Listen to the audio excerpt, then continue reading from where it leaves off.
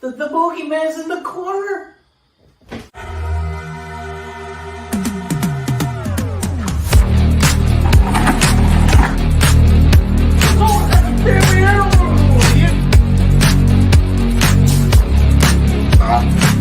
Danger, danger!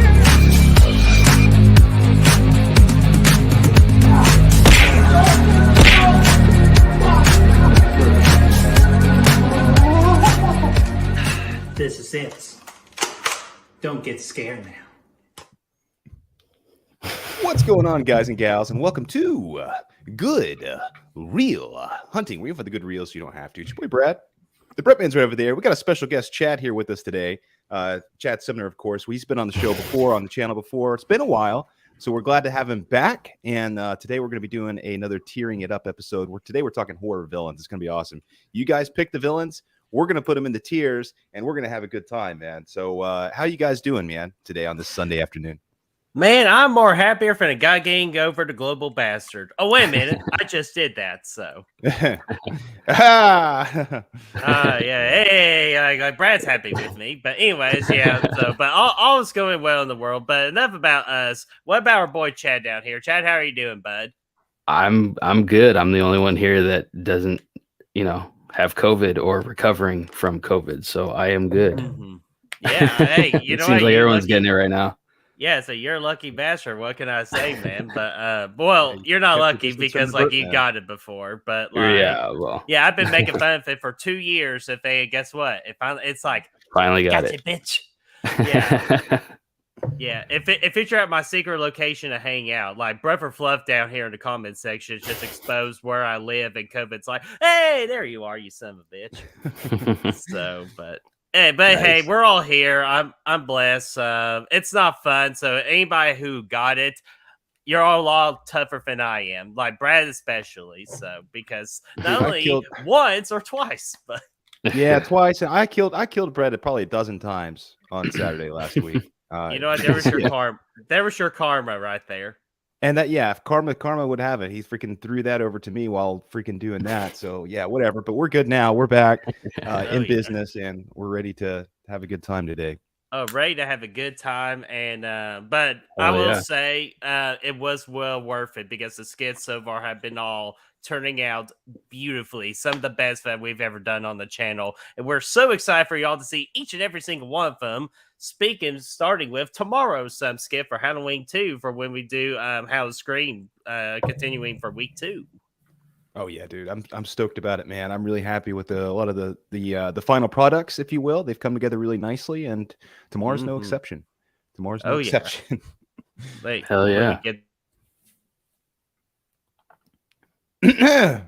Yeah, it's like I will do the best I can to always hit that mute button when I do that. So, but let's say hello to the chat real quick before we begin. We got Lamontre from earlier. What's going on, Brad and Chad? Hope you are doing good on a Sunday afternoon. We are doing great. Let's see here. We got Robert the Wolfman. What's going on? We got Jeffrey Miller in the house. What's going on? We got Kyle. What's going on, Kyle? Gory Tiger. Brother Fluff, hello, Good Real Hunting, and my special boy. Yep, Chad is our special boy indeed. Oh, damn, Jeffrey, I'm sorry, man. You got it 2 weeks ago, but he's all good now. But we're glad you're good now, buddy. And then just hang out with us. Hell yeah. And then we got AJ James, what's going on? And Casteller's watching Batman 1989. Freaking classic. Hell yeah. I like it, man. Good year.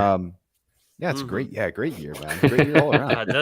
Yeah, and then just in case, because back from the death, me and Destiny did, I believe last weekend. Today is the 35th anniversary of The Lost Boys. So if you got The Lost Boys on DVD or any kind of way to watch it today. It turned 35 today. Hell yeah, 35. Man. Wow. Damn. Yeah, I know. Time flies when you're having fun.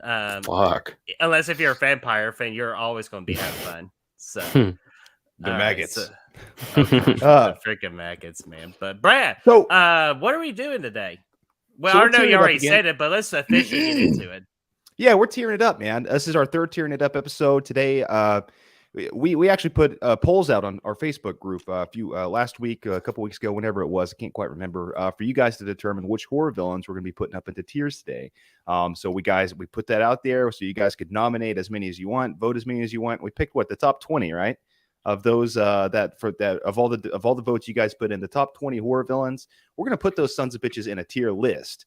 And we're gonna start. You have a list of the list, the tier list of the list. Unfortunately, I just got the names. I can mention.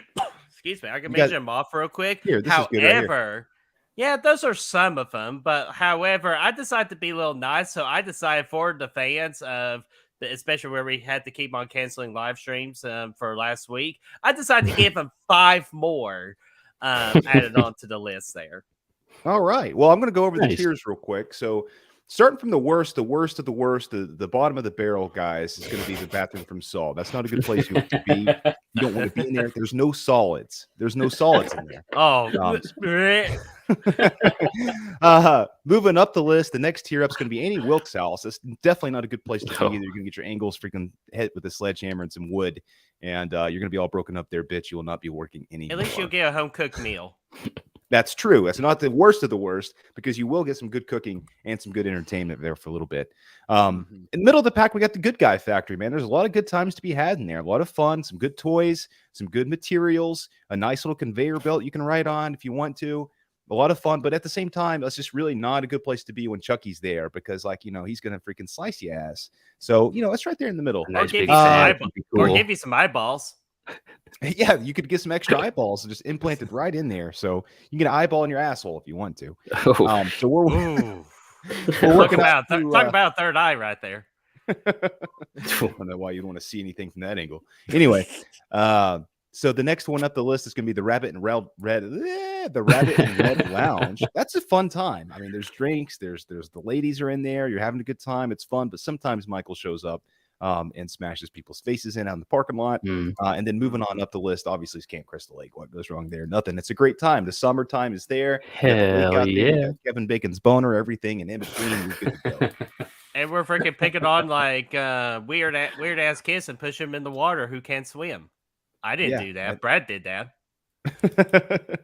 And then another guy named Sean did that. Yeah, damn you, Sean. Piece of shit. Wink, and then I'll tell you who's not a piece of shit. It's Matt Fauci down here. What's going on, Matt Fauci? Yo, hello, you sexy SOB. Yeah, we'll freaking talk about you because at the end, we gotta get Gory Tigers coming real quick. How many of these are going to be Stephen King villains? There's a few. There might be a few in there. Yeah, I would say a few. But I will say, if you stick around with us throughout this entire episode of Tearing It Up, then we will, after the tearing. You muted, Birdie. I know, it's like my freaking the cord is loose again. Like, I always find a way to get and everything. Now you're talking through your computer mic. Bob Sackett. There you go. Anyways, smell some bacon. Yeah, I smell some Canadian bacon, the good shit. But at the end of the day, what I'm trying to say is if you stick with us for this Tearing It Out episode, then you will get the special privilege to see the teams getting selected for this Friday's biggest stream ever on Good Real Hunting, and that's Horror Trivia Night Halloween Franchise Edition. Oh, that's going to be awesome. Yeah, hell yeah. I can't wait to pick teams. I hope we get a freaking hopefully we can win a freaking round, man. That's for sure. Or just not be on my team. Yeah. I was going to say that. But if Brad never drowns because his blow up dog keeps him afloat. You got that right.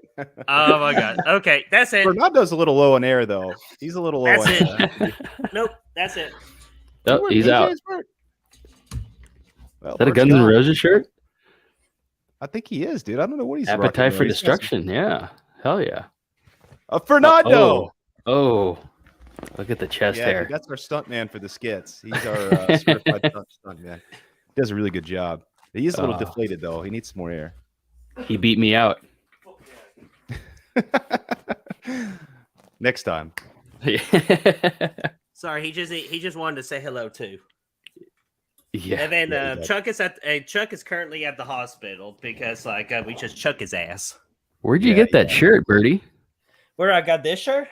Yeah, Glad you asked, because I just got this at the convention I went to yesterday. But that's don't pretty worry, badass. I went for all the tests, so I wasn't contaminated or anything. Notice so. who's in the middle there.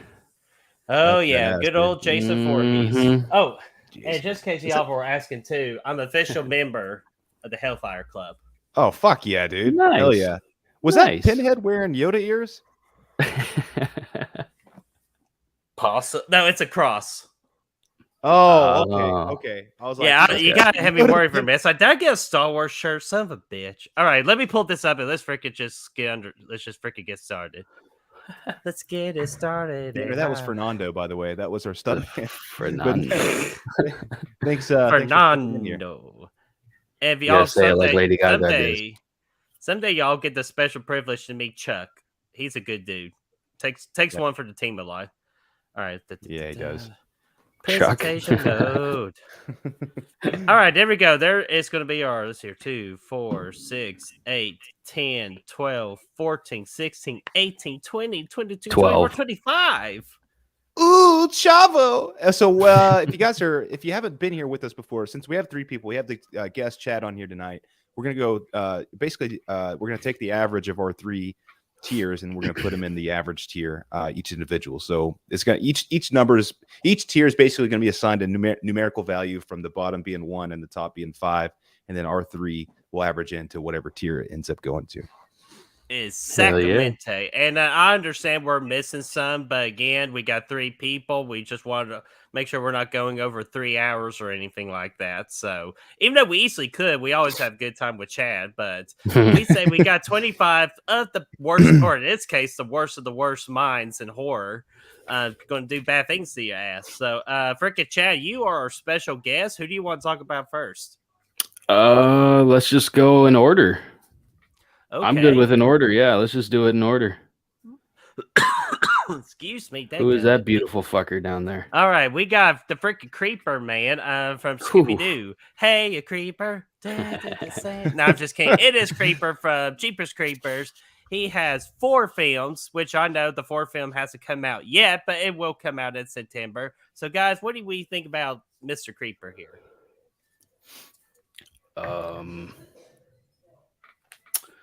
Well, first off, fuck Victor DeSalva. Indeed. And I'm kind of excited for the new movie. It actually looks kind of decent and has no ties to him whatsoever. But Creeper as a character, you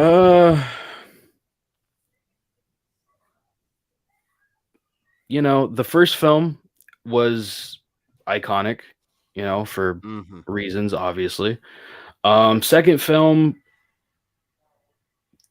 wasn't well liked, but has since become sort of a cult classic, I guess. But the third one kind of, you know, shit the bed. Yeah, we don't talk about the third one. And now we have the new one, which actually looks decent. It looks different as opposed to what the first trilogy gave us. A completely new team, no DeSalva on this one, so you know we'll see what his rebirth gives us. But right now, I'm gonna give him I'm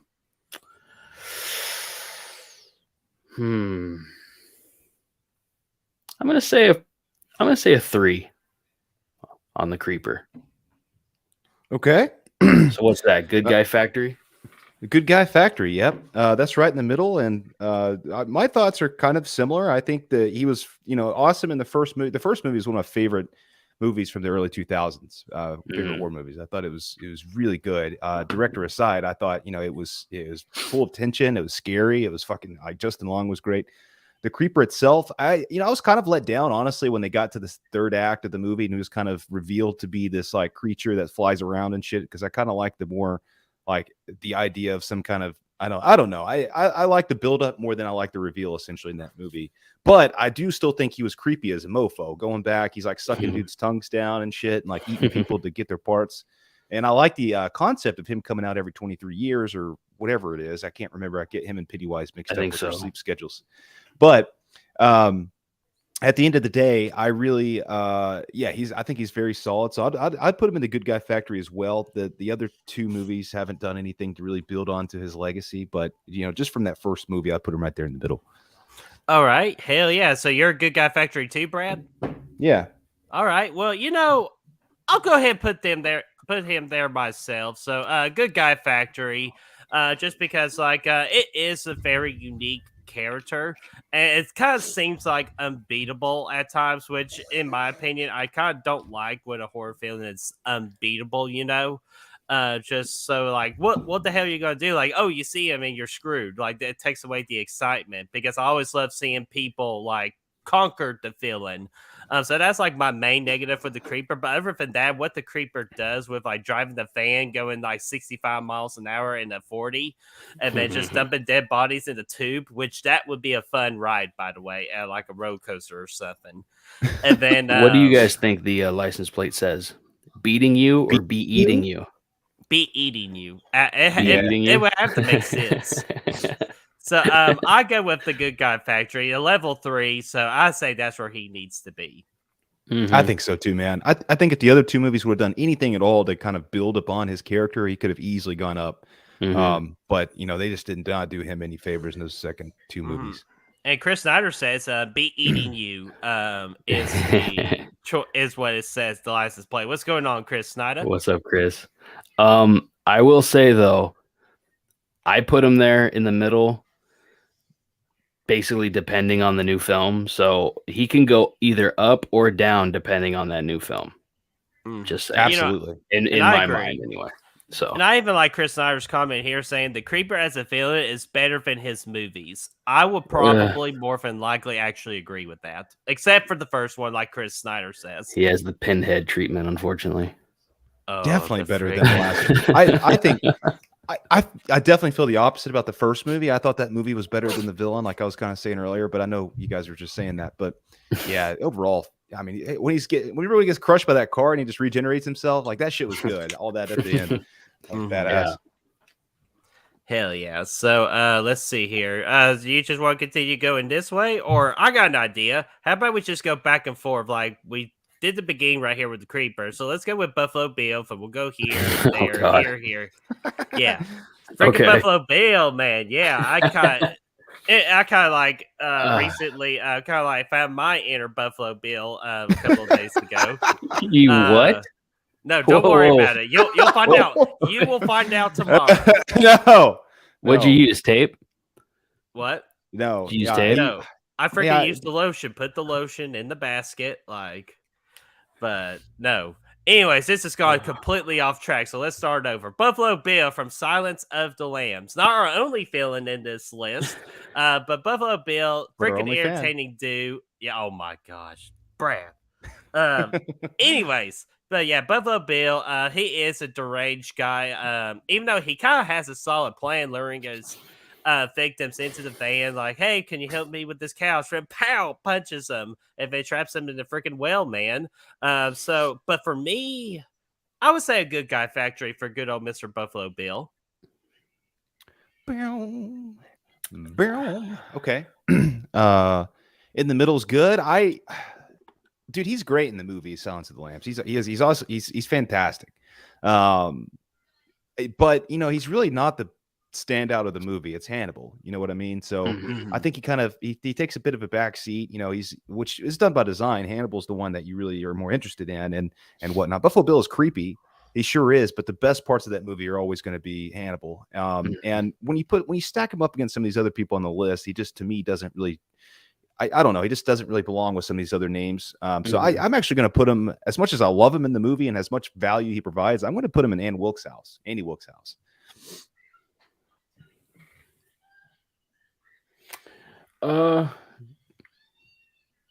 Yeah, I mean, I actually agree with Brad.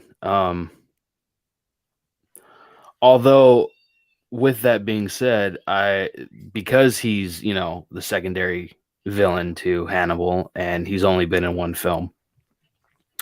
I'm actually going to put him in the Saw bathroom. Okay. Yeah. Wow, look at that. That's a wide spread. Look at that. Hold on a second. And he is great. I will say that he is great, but I mean, just based on Yeah, that, as an overall horror villain, I get it. Yeah, Right, he's just not. right. Yeah, that's gonna put him right in. Oh yeah, Bert, you already got me beat. Right in Yeah. the middle because of the. Nice job, Mhm. Bert. You're muted again.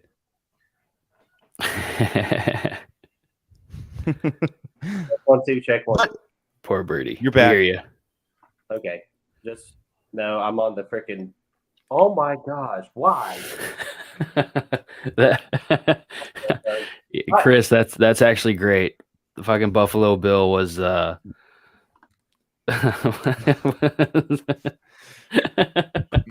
right, there we go. that's great. That's Buffalo actually Bill attended great. Oh my Slippery gosh! Hands What did, Assault what on did the Real, Chris that's say? what sparked it. No, he Oh no, my he was gosh. he was Angela. He didn't see the reveal. He was Angela. He was. You're right. You're right. He grew up. Shit. Angela's older now. He was just used to tucking it in, you know. I fuck. Would you fuck me? I fuck me. God. I fuck me real hard. But Yeah, anyway, it's so, nothing against his. I don't know. I if I got to go with Ted Levine, I'm actually going to go with the Rusty Nail dude. Yeah. Joyride. Yeah. Oh yeah. hell Oh, yeah. So let's see here. We just did our boy Buffalo Bill. So how about let's go with the Leatherface or a freaking Georgia Treefall here. Let's hit him. Nah, I'm messing. It's not Georgia Treefall. It is indeed Leatherface because he just loves wearing people's faces, man. He's freaking iconic. I like him a lot. Is he like the greatest horror film of all time, like Mount Rushmore or anything? Not for my list. Not for me. But Depending I on can who you ask, I understand. guess. I can understand like if Bacon PP puts him on his top 4 because he absolutely loves that movie. I understand that, but we take a classic like Leatherface from '74, and then we just suddenly just like make him a lot worse until the remakes came out. I think he was good in the remakes and all that, and then he went down again. Went up a little bit with the 3D because I personally like 3D. And then he went down again. And then it's just a whole concept messed up. It all depends on which mask you're wearing for the day. For me, I still respect him. I love 74. So I put him in the Rapid in the Red Lounge. Okay. Chad? Okay. I'm gonna agree with you, Birdie. Yeah, I'm gonna put him there too. Some of his earlier films, other than the original, and arguably to some people the second one. There are fans of the third and the fourth one, you know, Danner. Freaking those are questionable. Fuck Chainsaw. You know, I actually like Chainsaw 2022. I didn't have that many issues with it, you know. But, you know, anyway. But I'll put him in the lounge with Birdie. Okay, I can go for the trifecta there. I'll put him there as well. I always think that as much as I like his character, he's intimidating, he's hulky, you know, bulky, I should say, like a Hulk. He's badass.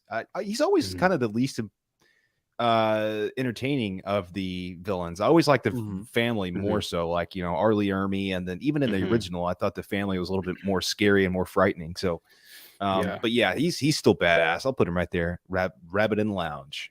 He's one of those rare sympathetic villains, I guess. Yeah, they could have done a little bit more with that even at some point in the franchise, but they kind of got away from it and went so many different directions with him over the course of the franchise. Go get him, cuz. Yeah, go do your thing, cuz. God. But Mud Nelson says, Next Generation is so bad it's good. And what's going on, Mud? Next Generation, I watched for one of my 14 days of new horror back in May. And I have fun with Matthew McConaughey and the chick, but other than that, it's awful. Yeah. Renee Deborah? Zellweger. Yeah, Deborah. That was her name. Deborah. She was a cop in it. Stone Cold's ex-wife. Oh shit! Ron Deborah. Yeah, Stone Cold's ex-wife, Deborah. Puppies. Yeah, she was the sheriff or whatever. The was deputy. she really? Yeah, That's bad. Very early roll. Why did I not freaking like put 2 to 2 together on that? Even though I probably was putting other 2 things together. But damn. Jeez. Yeah, okay, let's move along. That was a bad joke. Yeah. I had to throw some love to this guy because I did watch Phantasm for the first time back in May. It was Danner's movie for me to watch. So freaking the tall man. First off, I'll say he is tall, but other than that, I just find him to be meh, really. So I will actually put him. Unfortunately, because I haven't seen the ever movies, for me personally, I'll put him in the bathroom from Saw. Ooh. Okay. I know, Okay. but I know, like I that will change later. But just from what I saw, I wasn't really that impressed with him. Okay. Fair enough. I'm gonna have to kind of agree. He is iconic, when he says boy, like Chris said right there, but boy, yeah, it's so creepy. But I mean, I like the Phantasm movies, maybe not as much as someone else. I know James is a huge fan of it, but I think I'm gonna put him in the Good Guy Factory. He's iconic, but he's a little bit more reserved than most, but he's still effective, I guess. So yeah, I'll put him in the Good Guy Factory. Ooh. So Sorry, Flavor Fluff says that the tall man invented the people's eyebrow. See, I did not know that. I might have to give him extra points for that.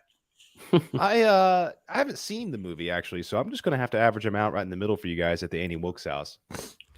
Okay, so we got Annie's. Okay, so we're going Fair there enough. with the tall man. Okay. Fair And enough. plus, I really want to put him there, but just only seeing one movie and just to go based off the first movie, I heard he is excellent in the second movie, and The that's what second most movie is people actually say he very is. fun. It's very fun. Yeah, so I need to see the second movie, and again in the future he might go up. So if we go round 2 with this, maybe. But yeah, any Wilkes House, I can see. For an average, that's a good placement. Okay, cool. Yeah, if you guys are good with it, I'm good with it. Oh yeah. So let's see. And what's going on, Flopbuster? I believe that is Tone. So what's going on, Tone? Yo. Hello and welcome. Actually, let me do this. Hi, Flopbuster. Wanna play with Chucky? Freaking, we're going with Chucky next, guys. So, Brad, you haven't started one off yet. So, what about our boy Chucky? Where would you put Chucky?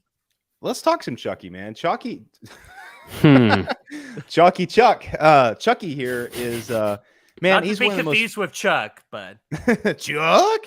He's one of the most fun villains of all time. One of the best, honestly, he's one of the best, one of the most entertaining, one of the most charismatic. He's right up there with Freddy Krueger with his charisma, maybe even more so than Freddy Krueger, honestly.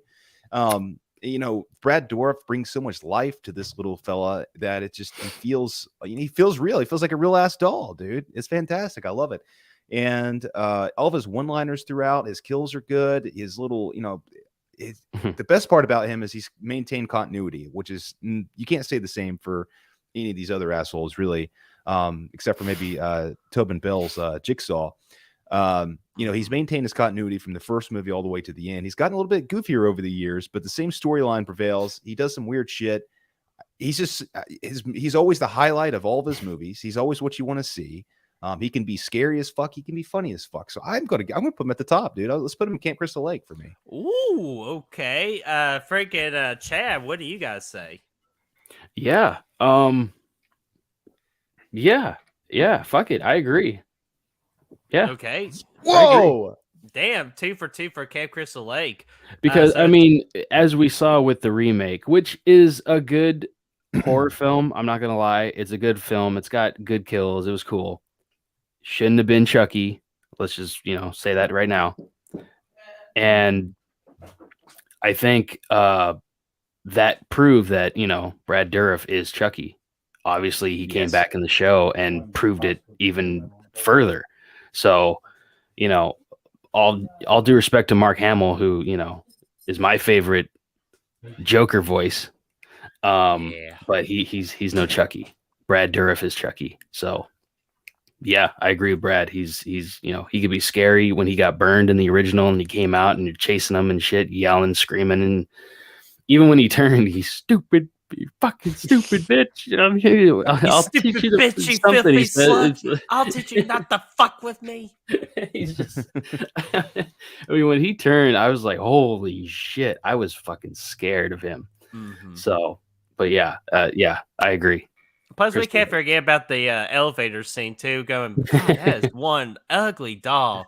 Fuck you. One of the best fuck you deliveries in cinema history. But Running so a it's Britney up to Spears me. lookalike off the road. Oh my god. Up yours.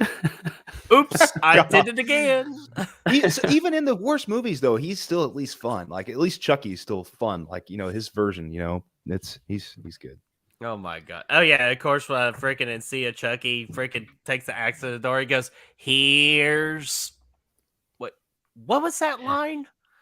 And I think that's gonna play a lot to this because even though, like Brad just said, even though some of the movies weren't as good, he was always solid, and that actually goes for quite a few of them. Actually, Mm-hmm. Just because the movies were not all that great. The character could have been phenomenal, and I think there's quite a few on here that will fall into that category. Oh yeah, For sure. And for sure, and I agree. And I want to address Chris Snyder's thing. Going, "Hi, I'm Chucky. Wanna pray?" From that line from season 2, which that is freaking great. It's awful. We are doing a nod for season 3, and then and what's going on, Destiny? How are you doing? Hello and welcome. Yeah, Who? So, shut up, Chad.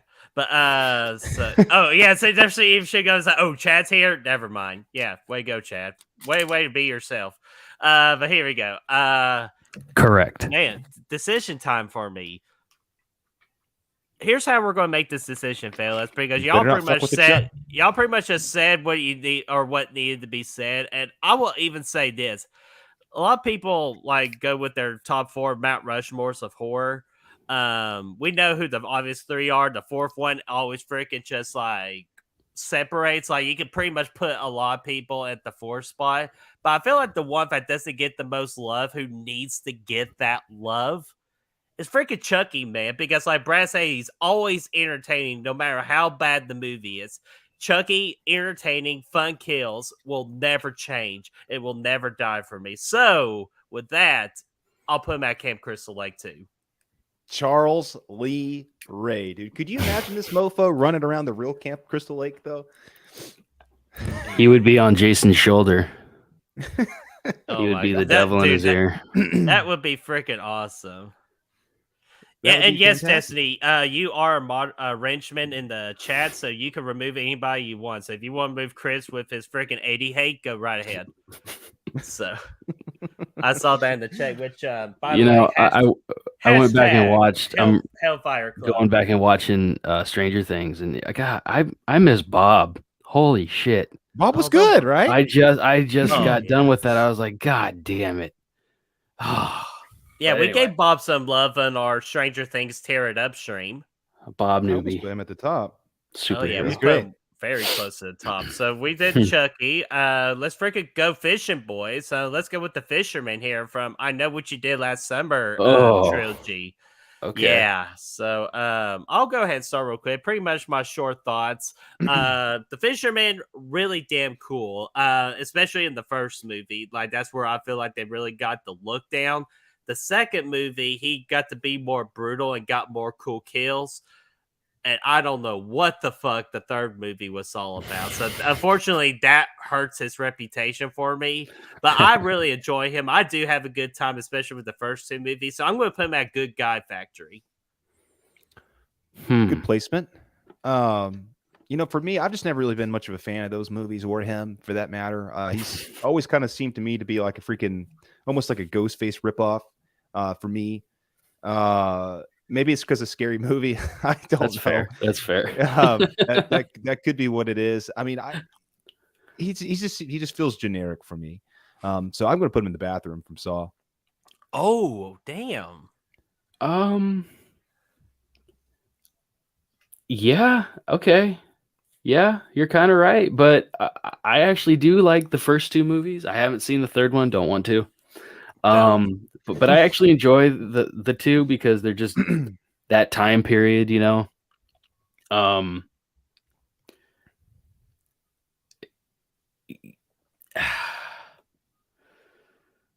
Go with your gut, man. You know, unless if you got fish guts, then that won't go well. I mean, Leave her alone. yeah, I mean, it's cool. He's creepy, you know. He's got, you know, he looks like he got the silhouette and all that, and he's got the hook. So, I mean, yeah, good guy factory. I'd say he's middle of the pack. Okay, so we got 2 good guy factories and a shitty Saw bathroom. So that's 6, 7 with the 3. That's 2. So that's any Wilkes House.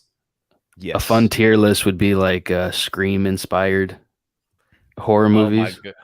And Brown Pants would be like Brown Pants would be the bottom, the worst one, the worst tier. Or the Fisherman's Foot. We hit a boot. Where's the foot? No, that would be middle of the road. That'd be halfway. God, I see what you did there, middle of the road.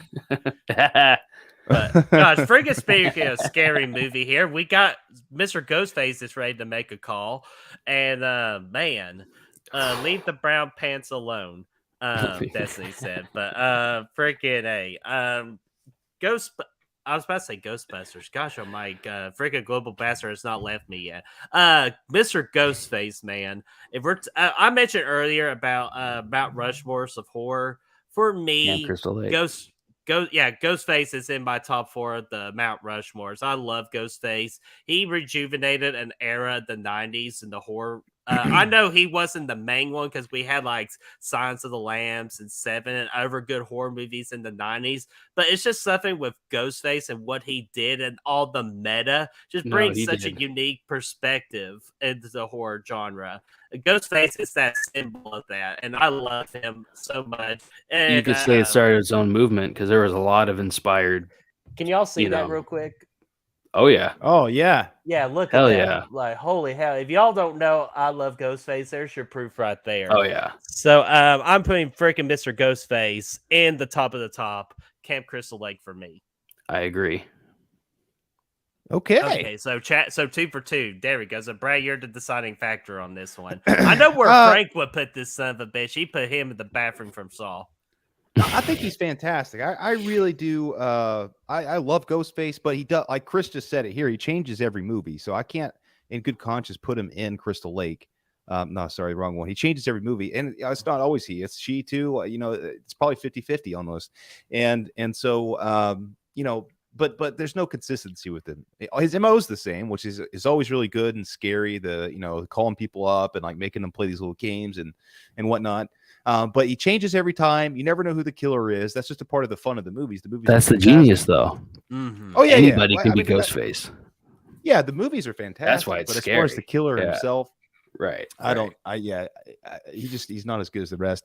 And also, another reason being is because the kills are always pretty weak. He just stabs people. It's boring. So I mean, I still love the guy. I think he's definitely iconic. So I'm going to put him in the Rabbit and Red Lounge. Why do we pick such a freaking tongue twister to put on the damn tier? I'm going to put him in the Rabbit and Red though. That was your pick.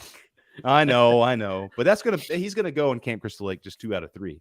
So he's still going there. Fair. I can't fucking believe you. He's still gonna go in Crystal Lake. No, he's not. That's for 2 out of 3. It was 2-1.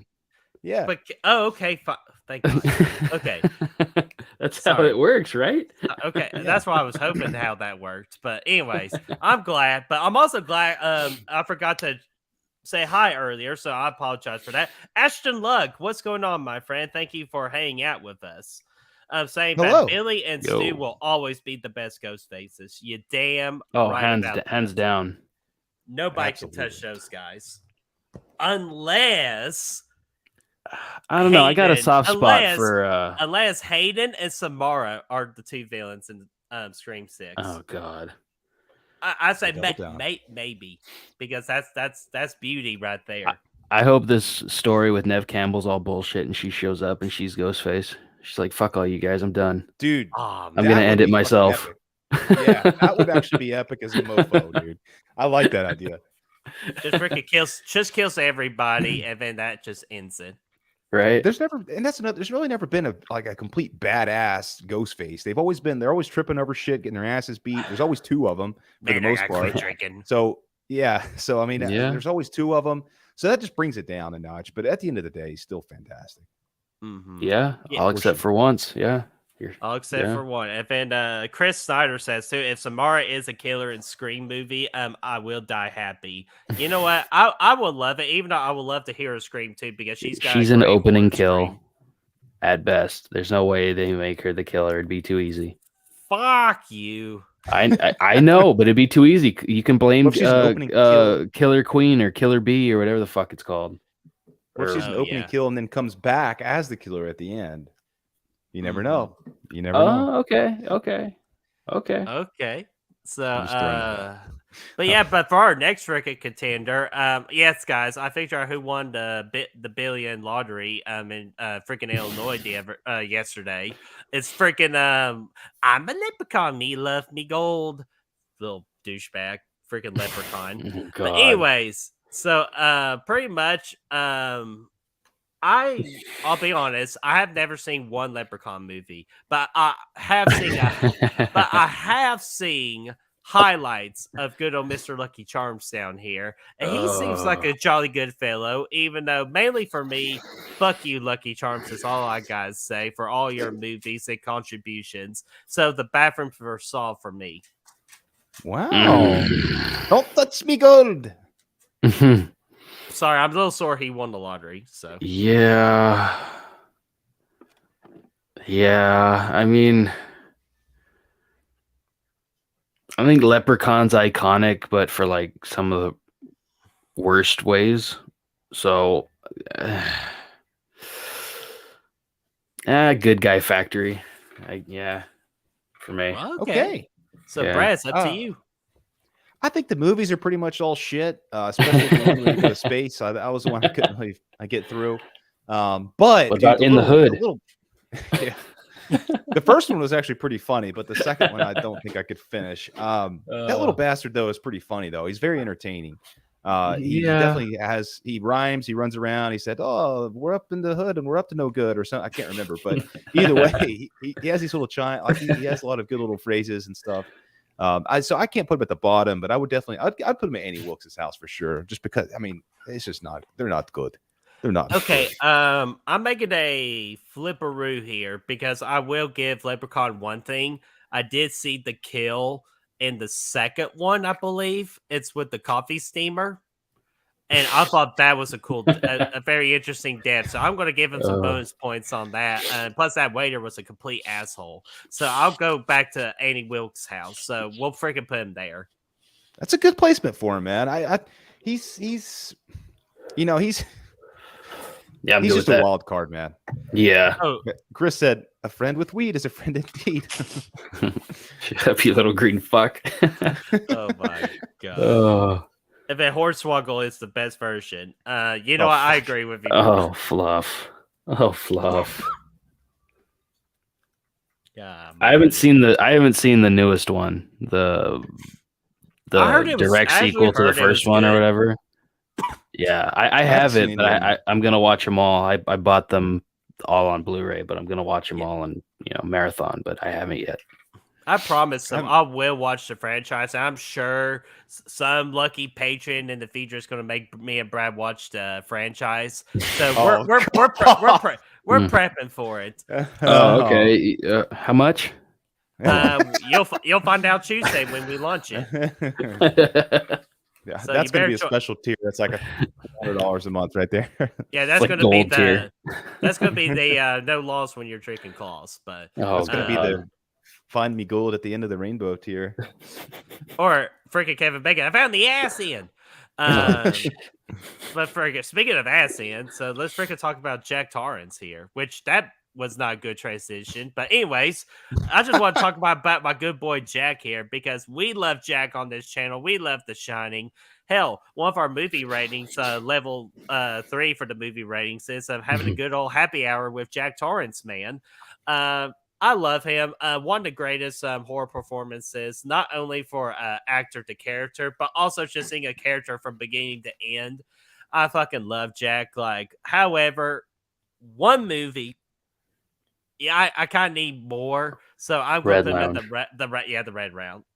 Yeah, the Rabbit and Red Lounge. I'm just going to call I it can't say that whole thing. I'm just going to say RRL. That's how I'm going to do it. RRL. Oh yeah, because that's a lot easier. RRL. RRL. So there we go. I'm putting that RRL. So where do y'all go? I'm doing the same. He's not top for tier, me- but he's pretty effective. But he only had For one me- movie. Yes, right. The one movie thing holds him down for sure. But I think even including Hannibal here, Anthony Hopkins, I think this is the best performance of all the villains for sure, without question for me. The way he kind of falls into madness, into darkness there throughout this course of the movie. The character from the book's even better because it's more of a downturn. But we're just doing the movie here. So I think that just the performance alone, he's fucking scary as shit. He gives you goosebumps seeing this guy towards the third act of this movie, freaking chasing his wife up the stairs. She's got the baseball bat. She's swinging it. Oh no, get away from me! Like that whole freaking the whole freaking one take, man, of him giving that multiple one takes of him in the movie, just fucking with these monologues. Fantastic, man. Some of the best stuff you'll ever see in a horror movie. He's that effective for me. So for me, he's at the top. I get why you guys have him down because he is just the one movie, but for me, like there's really no villain that from a performance standpoint that even comes close to matching this. And just there's a lot of depth there too. So I appreciate that. So where do you put them? I put him at Camp Crystal Lake. I'm sorry. Okay, so unfortunately, that's 2-1. We gotta put him in the RRL. Yeah, that's fair. Yeah, that's fine. That's just where I put him personally. I know, and that's freaking great. And I love that for him. Unfortunately, I just wanted more, even though I understand that at the same time too.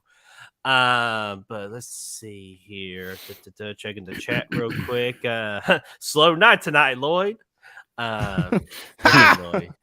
That when he's looking out the window and it's snowing, he's like drooling on himself. He's like, like that, fucking just epic, man. It gives you goosebumps because it's real, dude. It's like it's the most realistic villain on here too. Right. You know what? Fuck it. I'm switcherooing. Oh, I'm okay with that. I like it. I'm okay with that. Like we have to. It's such a great performance. I'm okay with that. You could kind of skip the one movie reference, but holy crap! So, y'all want to talk Victor Crowley next? Oh shit! Oof. Damn. Brett, you're muted again, pal. Oh. Chad, if you want to start us off with Victor, I've seen the first one, but it's been a long time, so I don't really have a lot to say about it, honest. I mean, at the time, I was like, I was a little upset because I didn't know why he wasn't Jason anymore. And I kind of felt like this was a ripoff of, like, they just made this character just so he can be a slasher again from the lake or swamp or whatever the fuck. Mm-hmm. But then then I watched him more and more, and then I was actually, okay, this is a satire. So it's gory as fuck. It's funny as hell, and you can tell he's having a fucking blast when he's running around as, as Victor. So for that, fuck it. He's having fun. I'm going to give him, I can't give him Camp Crystal Lake because he's just not there. But him, I think Rabbit in what the fuck is it? Red Lounge? Yeah. Okay. There we go. Rabbit and Red Lounge. There we go. So, freaking Brad, I want to hear your thoughts before I give mine because, I don't hear you talk about Victor Crowley that much. Yeah, like I said a minute ago, I don't really have a lot to say. I haven't seen this movie. The first, again, I've only seen one of them, the Hatchet flick movies, and I've only, it's been a long time, like back before the other ones came out. So don't remember him too much. I remember he's pretty solid. He's decent. I'd put him in the middle of the road just for the sake of not having too much of an opinion at this point. So I'll put him in the good guy factory. Okay, so you put him at the good guy factory here. Okay, let's see here. Okay, I'm going to agree with Chad. I put him at the RRL, the Red Lounge, just because he has so much cool deaths. Like, and I'll admit, when my first go with the franchise, I kind of hated it just because I was like, oh, come on, man. Like, this is freaking Friday the 13th ripoff. But we decided to put him down to Louisiana versus, like, up north in New Jersey. But I rewatched the franchise, and I have a more open mind to it. And I really freaking appreciate it just to give us that like alternative of like Jason Voorhees. You know, he has great kills, like especially like from the beginning, like the first one, King getting the jaw right here and just opening that shit. Jesus. Oh man, dude, that's so iconic. And plus, like just Victor Crowley, the movie is so much fun too, especially how Felissa Rose gets the best death in that movie. And I talked to her about it on Saturday or yesterday, and she again, sweetest person on the planet. I love her. So I'm going to give Victor Crowley some love. I'm putting him in the Red Lounge. Hell yes. All right, fair enough. I can get behind it.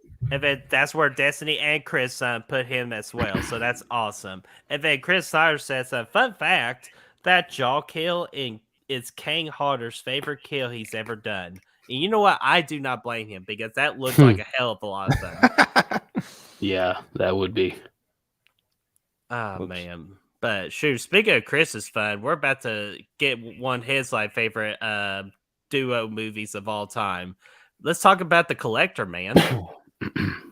Oof. This creepy son of a bitch right here. And plus, these movies came out of nowhere for me, even though I loved it. I love both of the movies. I think they're really strong and really cool feeling too. Like one of the possibly the smartest characters in the horror genre.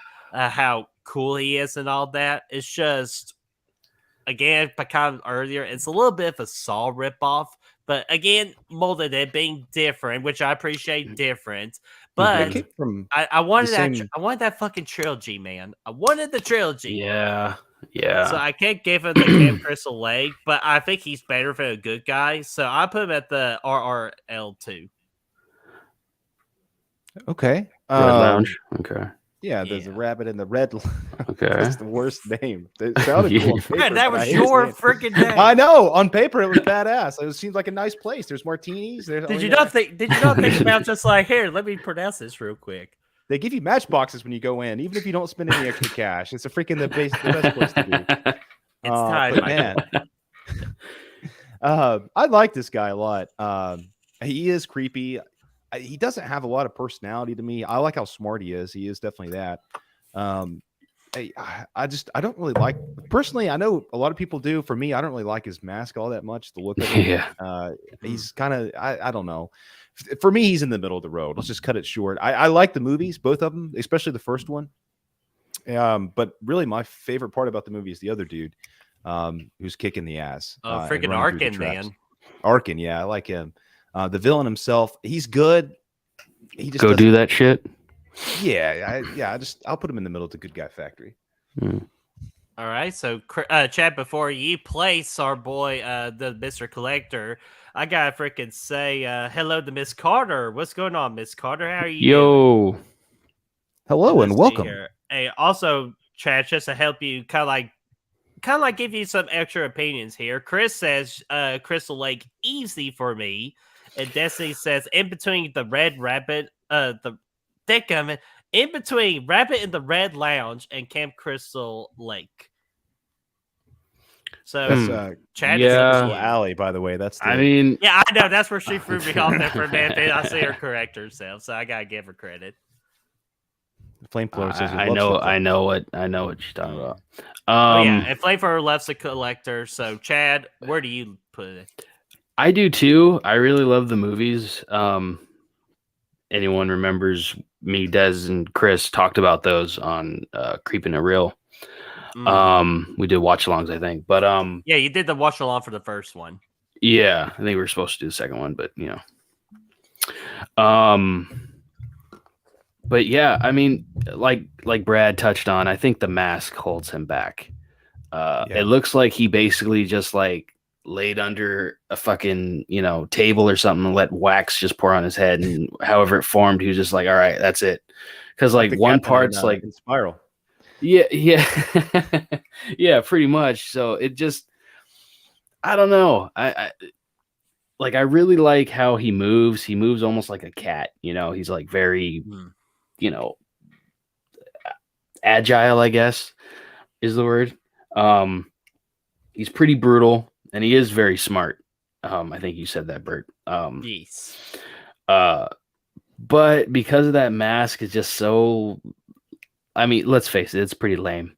So because the mask is so lame, but he's still a badass, I'm gonna say the Red Lounge. All right, and Dana, we're talking about the collector, so that's two RRLs to the one good guy, I believe, right, Brad? Yeah, correct. So, So we're putting in the RRL, and this is the first time I'm actually hearing a complaint about the look. I don't mind the look because mainly he's in the shadows for most of the time too, to kind of hide it. That's why I think a lot of people are fine with it. For me personally, I just don't like it. Chris Snyder says, for me, it's the mystery and the intelligence and the fact that he can go toe to toe with Arkin that puts him in Crystal Lake. Yeah, that's the best parts about him for sure. He's very smart, always several steps ahead of his opponents, his victims. Yeah, and I kind of would say the second movie kind of holds him back a little bit too. But the first one, he was spot on A+. He's the fastest mofo at setting up traps, even faster than freaking Kevin McAllister, dude. I swear. Oh, I know. Did we not talk about? Yeah, dude. That dude set that one trap on the ceilings and all that, dude. Yeah, we're talking about what would have taken him. What should have taken him weeks to put up in this house, dude. It was like a matter of hours, and there's hooks everywhere. Like it's crazy, but it was good. I enjoyed him overall. Hell yeah! Gotta get my coffee in. Okay, let's see. We did the collector right there. Let's freaking talk about the spirit of Halloween, Mr. Sam I Am. No, that's not his name, but it is just Sam from Trick or Treat, motherfucker. So Chad, I'll let you freaking start with this one. What do you think about our boy Sam and his Halloween traditions to make sure Halloween is justified? I mean, he's become iconic, I'm not the biggest fan, but I mean, I like him.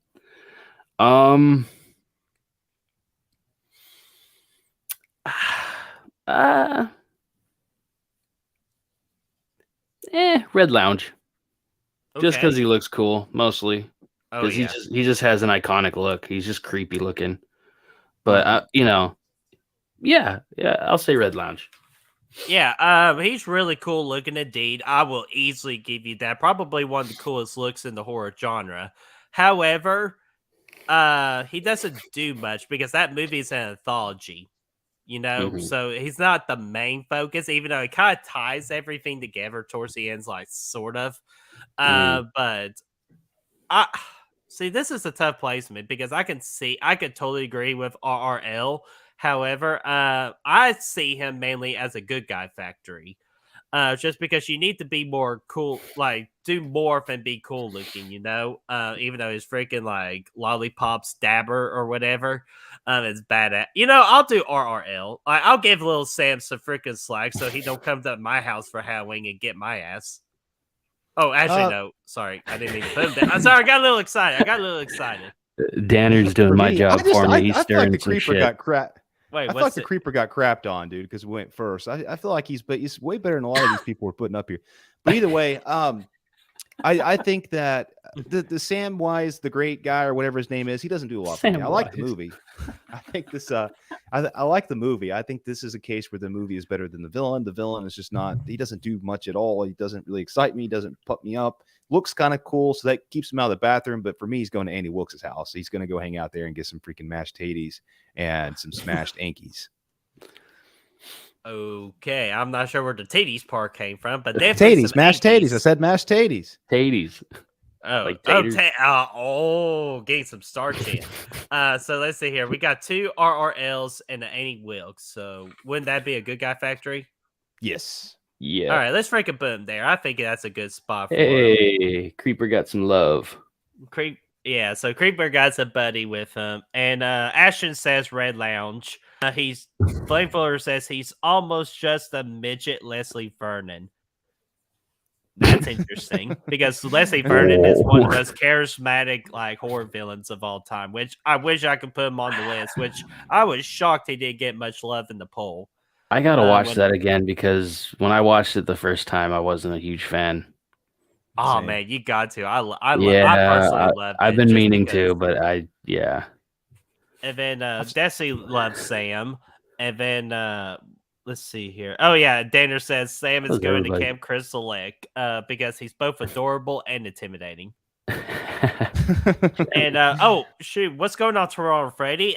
He says y'all should do a best tier list. That would actually be tier. That would be damn interesting. I'm down for that. Brad, what about you? Hey, I'm always down for it. Hell We're about to get meta as fuck. All right, let's see here. We did Sam I Am. So let's freaking get Psycho, guys. But not original Psycho. We gotta go American Psycho because that's just what we are as Americans. Merca. So let's go freaking Patrick Bateman style here with Christian Bale's American Psycho. So let's go Brad here. Brad, what do you think about Mr. Bates here? Or Bateman? Man, Bateman. Just like Jackie Boy Nicholson up there and Anthony Hopkins, these are the trio of the fantastic performances in the bunch. Christian Bale's up here freaking knocking it out of the park, acting freaking crazy. One of the best horror performances again we've ever had, and iconic for that. The movie's a lot of fun. I honestly haven't seen this movie as many times as I would like. I think if upon further rewatches, he might go all the way up to Camp Crystal Lake.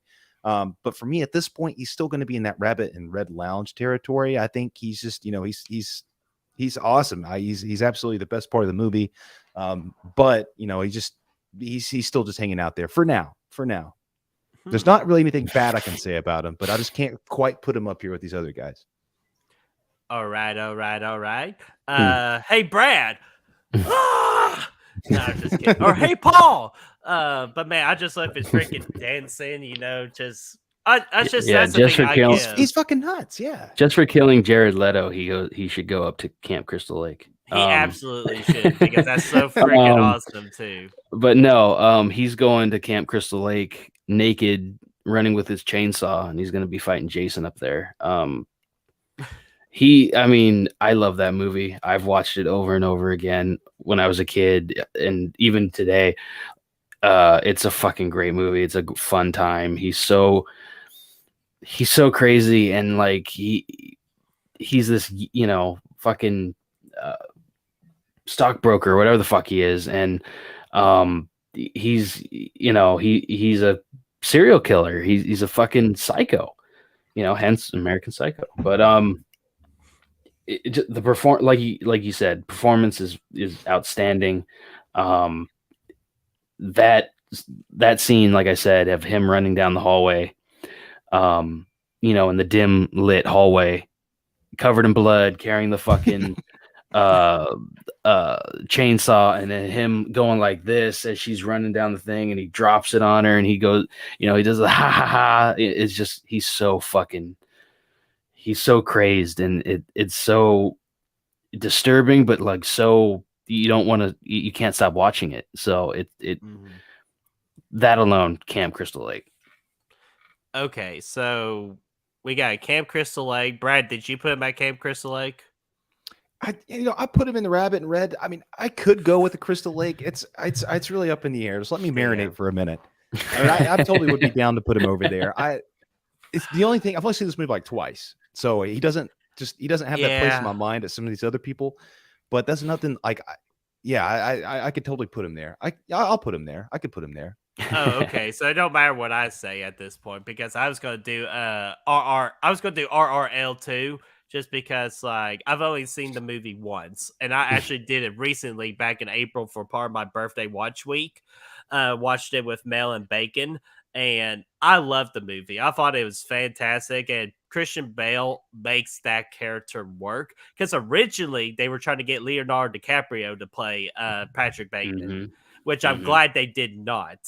just because he was offered like $20 million to play that role, which thank gosh they didn't decide to do that. So Christian Bale freaking knocked it out of the park. I loved everything he did about the movie, especially wanting to return those damn VHS tapes.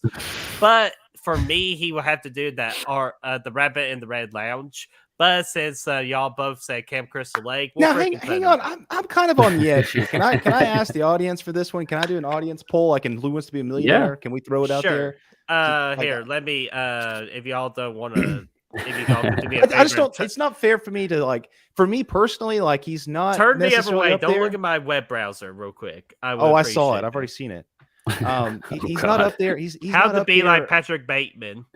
He's not up there for me all the way, but like he is like it's not fair for me to say that because he's also I've only seen the movie a couple times. So let's see what the people think. And right, and so I just want to ask the audience. I want to poll the audience. Patrick Bateman. And should we do? We got to do Crystal Lake and just the RRL. Yeah, that's fine. RRL. Red. They know what it means by now. I know, but just Just in case for anyone after the fact. So, okay. There we go. I'm just asking those two. So you guys get to decide on that. And what's going on, Aiden? I just saw you in the chat right there. Hello and welcome. And then I saw, let me get Charles Frey's comment from earlier saying, Freddy best land his ass at Camp Crystal Lake, fuckers. He needs to have his way with the mama's boy, mama. Whew. Yeah, we're gonna get to him eventually, but we're gonna just let freaking Patrick Bateman hang out for a little bit. But we're gonna go freaking have some freaking enjoyment of paying with Mr. Pinhead here. Hell yeah! Which I've only seen the first movie. I heard the second movie was fun, and I know Pinhead gets more to do. Did you have a Daner comment? Sorry. He just said, when did this become a Who Wants to Be a Millionaire lifeline? I was going to say it just did. It just did. It feels right. It feels like it needs to be, man. It feels right. You know what? I can make a Family Guy in 10 seconds. Oh, shit. All right, here we go. Here's your Family Guy. No. Hang on. Spoiler alert. Okay. Thank you, Darth Stewie. Let me get back here. There we go. Okay. Pinhead, he's iconic, but I've only seen the first movie. I do gotta watch the whole franchise, which again, that's probably when a Patreon is gonna have us do it. For me to watch at least the other ones. I will watch the second one on my own because I hear it is a little bit better.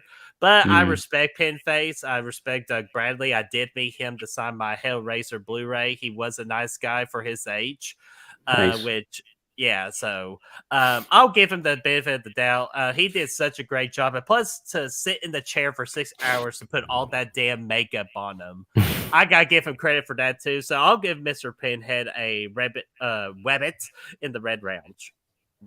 Dadgummit, Elmer Fudd. Round Just rabbit rubbing me in the wrong way. I'll put him in the red lounge.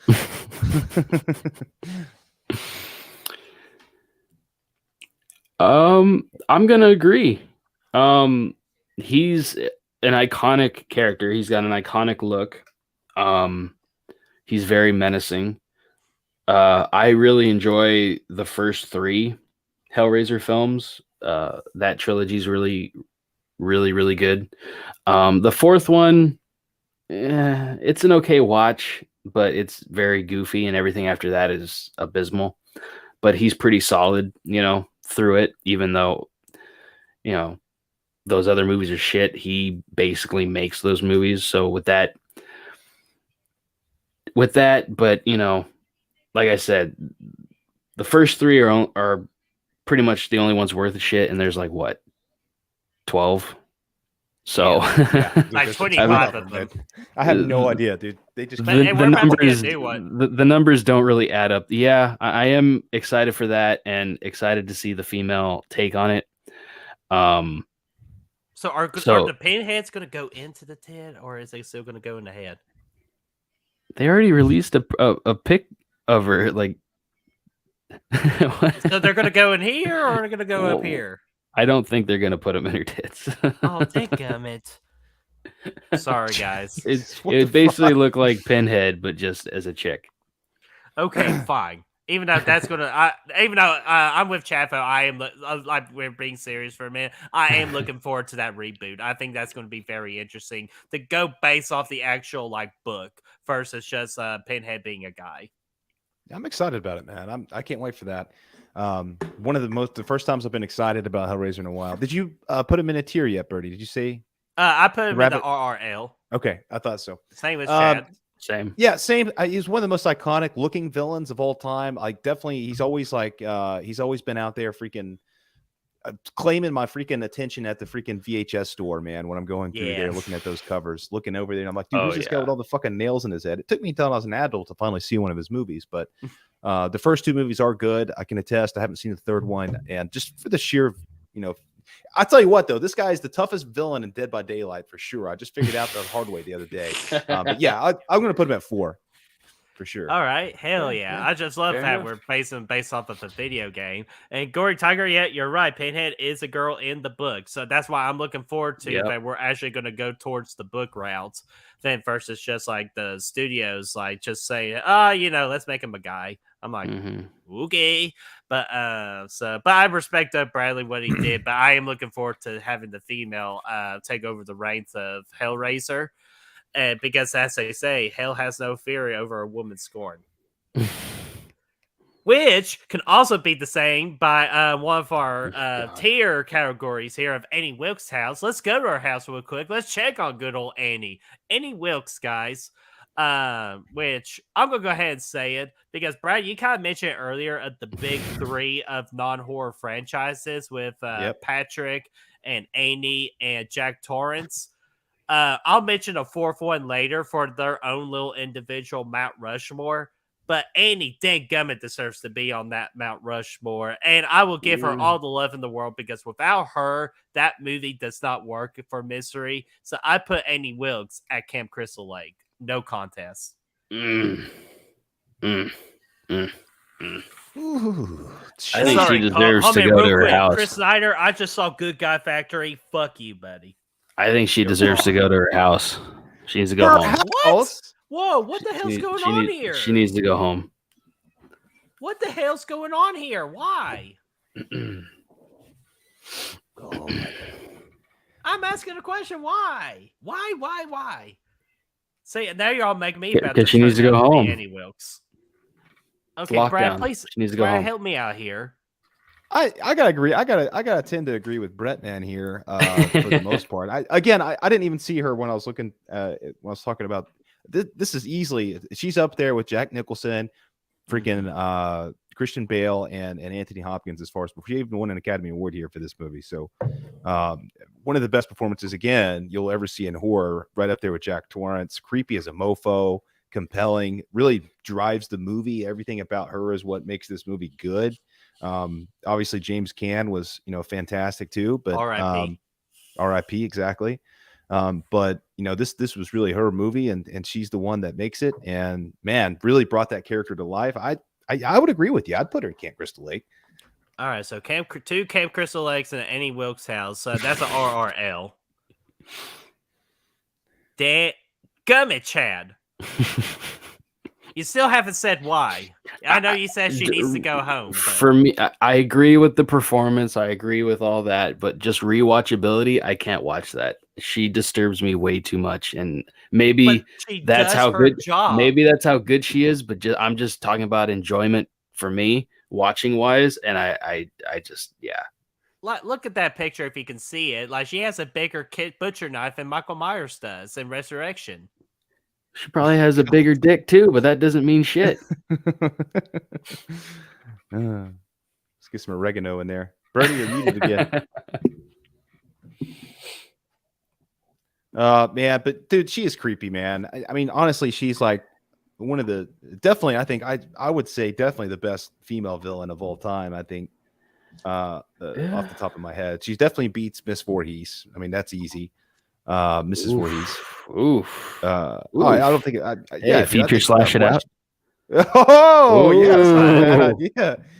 Or it Real could be freaking fun, nutty. or it could be fun for something else. But we'll mention that after we freaking hear the rest of these bad boys here. Speaking of bad boys, let's freaking talk about a non-bad boy or a non-bad girl. We don't know what it is, but it is Pennywise, though.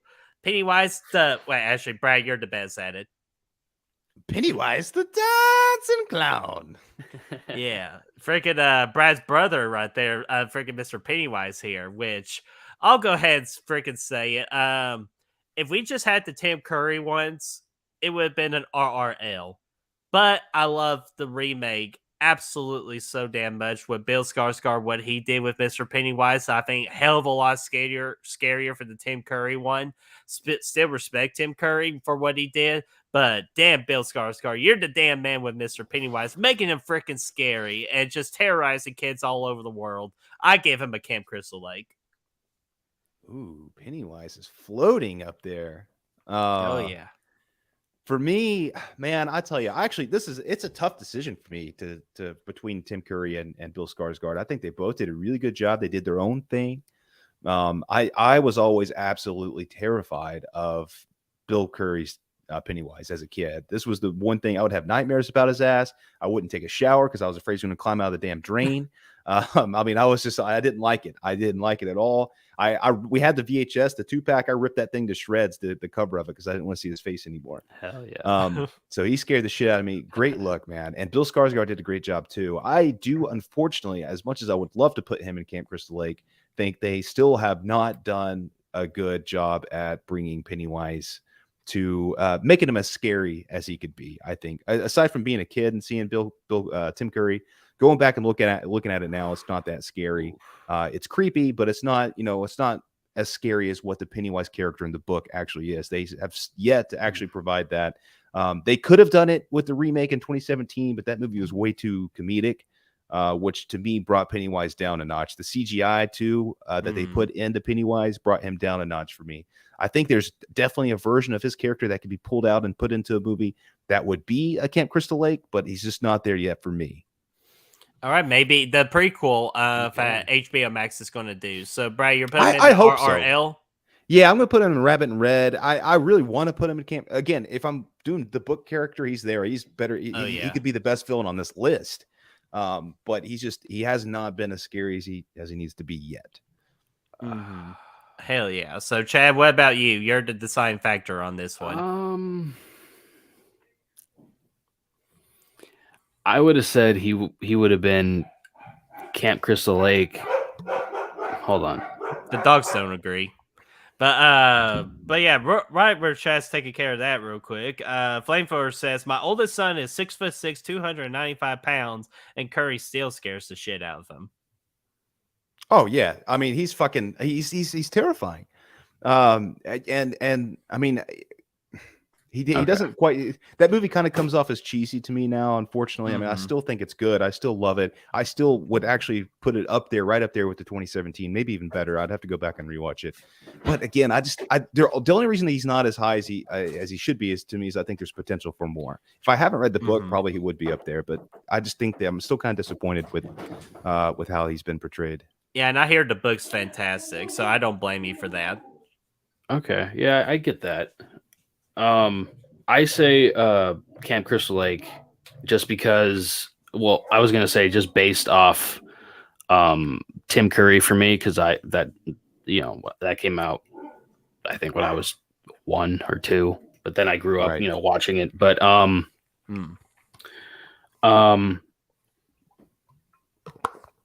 but Bill Skarsgård and Tim Curry both did their own unique take on it. They were both, even though, yeah, it is Pennywise, they're both very different. And, they made it their own. They, he didn't try to copy Tim too much, but I can see where, you would say Red Lounge, Brad. But I'm going to say Camp Crystal Lake. Even though I agree the CGI has been shit. I agree. It really took away from him a little bit. And that's something that I would like. I wish they would just go back to practical. Fuck. But yeah, dude. yeah, the CGI did no favors for him. But especially the second one. Yeah, The first one, exactly. too. Anytime he opened his mouth and those teeth came out, it just kind of like, oh god, like it just kind of ruined it for me almost to an extent. The performance was there. The performance was fantastic. Right. Right. I wish they would have gone a little bit darker with him, and just not done the CGI. I agree. I agree. But they're going to give us more CGI, so we just gotta unfortunately live with it, or apparently float it's cheaper. with it. Yeah, it's cheaper. But let's see here. Let's see what the people in the chat say. Ashton says Camp Crystal Lake. We said flamethrower. We did the flamethrower comment. Gory Tiger says behind me. Dadgummit, Gory. And then Destiny, I always look. Destiny says Camp Crystal Lake for Mr. Pennywise. So yeah. All right. She see knows. here. And what we'll do, we're gonna do freaking Mr. Game here, and then we'll check on good old Patrick and see how that poll's doing. Let's freaking talk about good old hello, wanna play a game?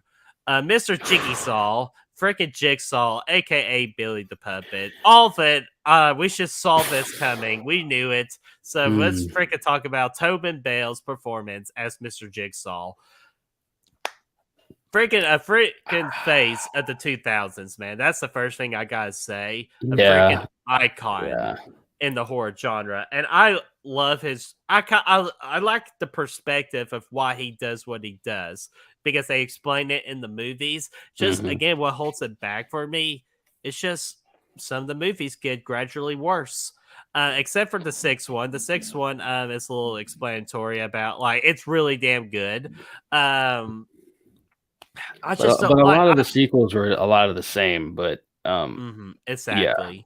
Except 1 through 3, it felt like its own trilogy, properly written trilogy. But after that, especially when we freaking get the freaking pink cotton candy blood in the 7th one for 3D. Yeah, I know, golly. But I want to put I feel like he deserves Camp Crystal Lake, but I just personally can't put him there, so I put him at the RRL. Oof. Okay. The rabbit in the red. Or a rabbit in the pink.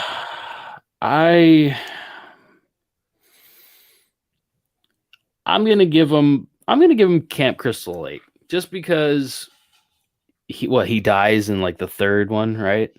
Doesn't he die in the third one? But he has a lasting effect. All these other villains die, they come back. He only lived once, he died, and then he still has such a lasting effect. And plus his performance was fucking I mean, it made Tobin Bell a household name in horror, basically. I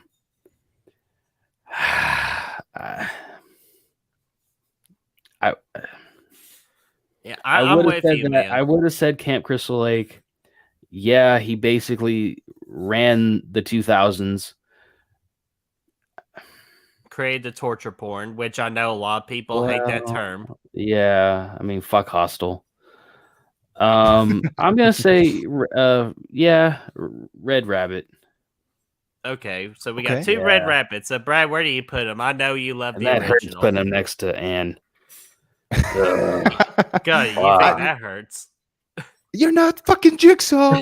I love this guy, man. I think he because he's got such a good, like you said, he lasts beyond his death. He still runs the franchise, even though there's how many movies now?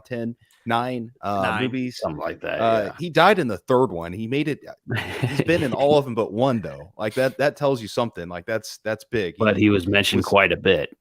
Oh yeah, yeah, and he was still mentioned even when he So he's been in all of them still, except for even then they showed a picture of him in Spiral. So either way, he's iconic in that regard. I do like how smart he is, kind of like the Collector. He's always one step ahead of his victims. It starts off in Saw 1, the first one. There's a lot of mystery behind his character. You don't know who it is until he stands up at the end, and it's fucking epic. A lot of personality, a lot of depth, more so than really any other character on here. I think you get to know more about him. Even when the movies are bad, he's still very strong. I think that those movies really focus on the bad ones, 5 and 4, and those in the middle. Those movies really focus on his character. And yeah, I mean, I think for sure. I think Camp Crystal Lake, I think, is solid. I think he's got again, he's kind of like Chucky. He's always very consistent, and Tobin Bell gives him life. And yeah, I'll put him in Camp Crystal Lake. Okay, so with that, and I got to pull another switcheroo. Oh, getting jiggy with it. I got no choice, man, because if we're gonna give Ghostface credit for redefining the 90s, we gotta give him the exact same respect for redefining the 2000s in horror. Because because the 2000s of horror was a lot of the remake era, but this was what we call originality here, and creating a new subgenre of horror too, or rejuvenating it, as some people will say. So I gotta give credit for that. I remember seeing the little display at the theater. I was like, "What the fuck is that?" I don't know what I went to go see. I think I was there to go see Freddy versus Jason or something, and you saw Amanda in the bear trap, and it was like all gray, and all I saw was Carrie Ells, Danny Glover, and whoever the fuck else. But it was like, what the fuck is that? And like, I was like 14 at the time, 14, 13, something like that. And it's like, oh, Jesus. So yeah, it definitely had a big impact. So I'm okay with it being up there. I'm okay with him being up there. He's not next to Anne. Yeah, he's freaking above Anne. So yeah, thank goodness for that. I feel for the next unfortunate soap that gets to be next to her. So let's freaking check on the poll. Excuse me, the poll real quick. We got 13. We got 13 votes, 85% for Crystal Lake. So I think that's pretty explanatory. He needs to go there. For Slap who? him in there. Oh, Bateman. Patrick Bateman. So he gets to go to Camp Crystal Lake. So great job, guys. We appreciate it. Yeah. So damn, man, Anne's getting a hell of a day. So let's see here. If I say the Saw bathroom, does she go down a notch? Well, technically, Chad, don't freaking go there. So well, see you. Hey, you pulled two switcheroos already. Okay, fine. Do you want to pull a switcheroo, Chad? Actually, yeah. Okay, so where are you putting him or putting her in the? I'm putting her in the bathroom. Yeah. Okay, so with that and that puts her in the good guy factory. Gummit, Chad, but it's rightfully so. Yeah, check the map around. Wait, 1 + 5 + 5. No, actually, that's still going to be in the Rabbit Red Lounge, man. I'm sorry. It's still there. Damn. 3.66 repeating. It rounds up. Sorry, I'm paying her real quick. Shh. Here, wait a minute. Shh. It's okay. No. Don't go insane. Don't go insane. Okay, nobody wants to see me mess with Annie. But speaking of freaking splitting personalities here, let's freaking talk about Norman Bates in Psycho from 1960. Man, talk about a freaking performance of performances. Which I'm trying to be careful here because I know it's not what's created the slasher genre, because I know it's Peeping Tom. I know that. But damn, Psycho has such a lasting effect, foe. It's because of freaking this dude right here. I love him. And like, look at him. He just that stare, freaking like he wouldn't even harm a fly. Like, just God, it's creepy, foe. And plus, I love what he did in the other movies as well, especially this Psycho 2. He was freaking absolutely terrific in that. So I got freaking give him Camp Crystal Lake. Nice. I agree. Okay. Well, I agree. Well, I'm gonna slap him in the Rabbit and Red. So I gotta put him in Camp Crystal Lake. All right. So Chad, where do you place him? Camp Crystal Lake. Nice. Just based on part 2 alone, but I mean, then you count part 1 and everything else. I mean, he's fucking fantastic. So yeah, no doubt. We got the descendant there. If we got Patrick and Norman beside each other, that's really fitting. Daddy. Died? I originally Yeah. thought it's like a descendant like of Norman Bates. I thought that was like the joke of it, but I Yeah. really thought, is that what they were really going for? I think they were making fun of it. I think it was a satire of okay. it. I think. Okay. I don't know. I haven't read hope the that book. was the case it was. because Yeah, it that'd was. be weird. Sorry. Yeah, it was kind of inspired by Psycho, but yeah, it's not really. Not thing. directly related to it. Yeah. Okay, I got you. Because that would have been from Out of This World if that were the case. But speaking of Out of This World, we're freaking going to space now. And this is our one of two, or I would say one of three creatures that we have on this list. Let's talk about the freaking Xenomorph, man. Oh shit. Wait. Yeah. Which by the way, I know what some people are going to say. Well, if we're putting the Xenomorph, where's the Predator? I was gonna say, what the fuck? In my opinion, the Predator in the franchise has had some anti-heroism. So I don't put anti-heroes on this list. Now wait a minute. The Predator's not on the list. Well, No, because it's an anti-hero. Because like well, he's only in the Anti-hero, versus my ass. movies. Carl Weathers. He ripped his Carl arms Weathers. off. Anti-hero. yeah, the freaking the third one, there was an anti-hero Predator. In the Alien versus Predator movie, But how there was many- an anti-hero. But Well, how many in- villains were there though? in- They were in- killing other predators. Yeah, and FVJ fucking Jason was kind of the hero then. So why is he on the list? Ooh. I got no words. I told you this list ain't perfect. Alien. Alien. I'll be honest with you. Predator is cooler than Alien. As a Oh, villain, hands either down. way. Oh yeah. All right, Yeah, if we yeah. do a part 2, I will put Predator on immediately.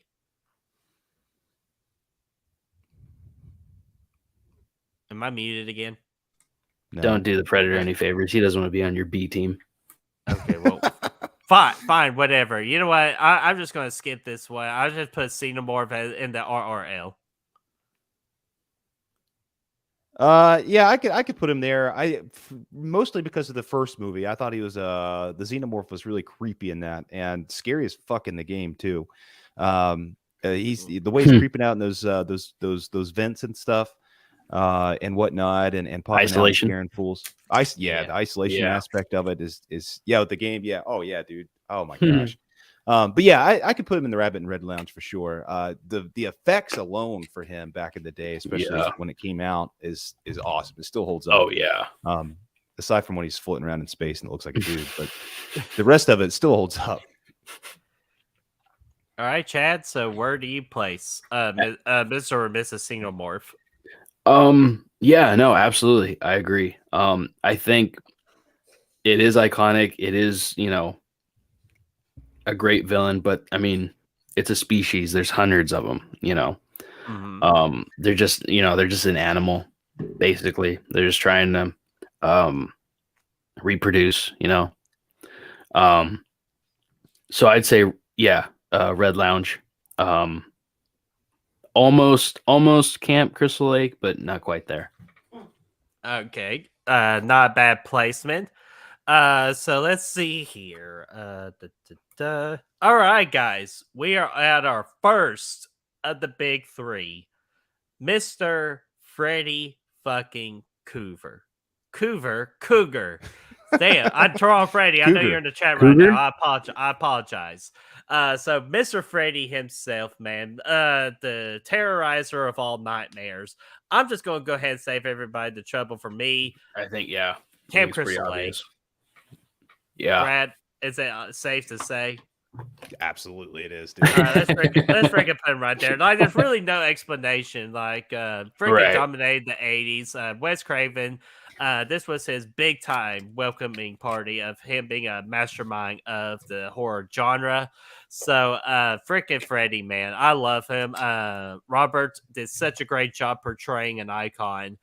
It just gave it's that first movie, in my opinion, should be the greatest horror movie of all time if they just fix up the last damn 5 minutes. That was the only reason why it's not, and it pains me every fucking time to say that. It should be a 5 out of 5. It should be even a 6 out of 5. But those last damn 5 minutes will always make it a 4.75 out of 5. Make it, like Right. a 4.99 repeating even, but that I can't in good conscience give it a 5. That I watched it the other day. The rest of the movie is amazing, freaking perfect movie. I would put it like the rest of the movie is even some of the over best stuff Halloween 78. Yeah, I mean the rest of the movie, sure, yeah, absolutely. But once you get to the end, it just fucking falls apart, and it doesn't make any fucking sense, and it's stupid. And it's just like I don't know, dude. But yeah, anyway, but at the end of the day, still a great movie. The franchise, by and large, is really good. Even when it tanks in 5 and 6, I think Robert Englund is still giving it his all. He's still giving it a lot of personality and bringing Freddy to life, and made him an icon essentially. So, and that's a cool kind of like with Chucky. We have the continuity of here of always having the same actor, for the most part having the same look. Redefined himself a New Nightmare. I mean, the list goes on. He's very charismatic, and yeah, he's one of the best out there. Yeah. Oh, I agree. Yeah, hands down, he's Camp Crystal Lake. I mean, what else can you say about him? He's not only a slasher, but he's, this, I guess, like fantasy slasher almost. I mean, talk about one of the most inventive or imaginative horror franchises, not just, slasher franchises, but horror franchises in general. It's another franchise I just recently rewatched, and I legit have fun up until 6. I can get through most of those and have fun with them. Yes, they're flawed, and yes, they do have their problems, but he drives them. I mean, the fact that they almost replaced him in part 2 because their producer was like, Robert Shea was like, oh, he's just a dude in a mask.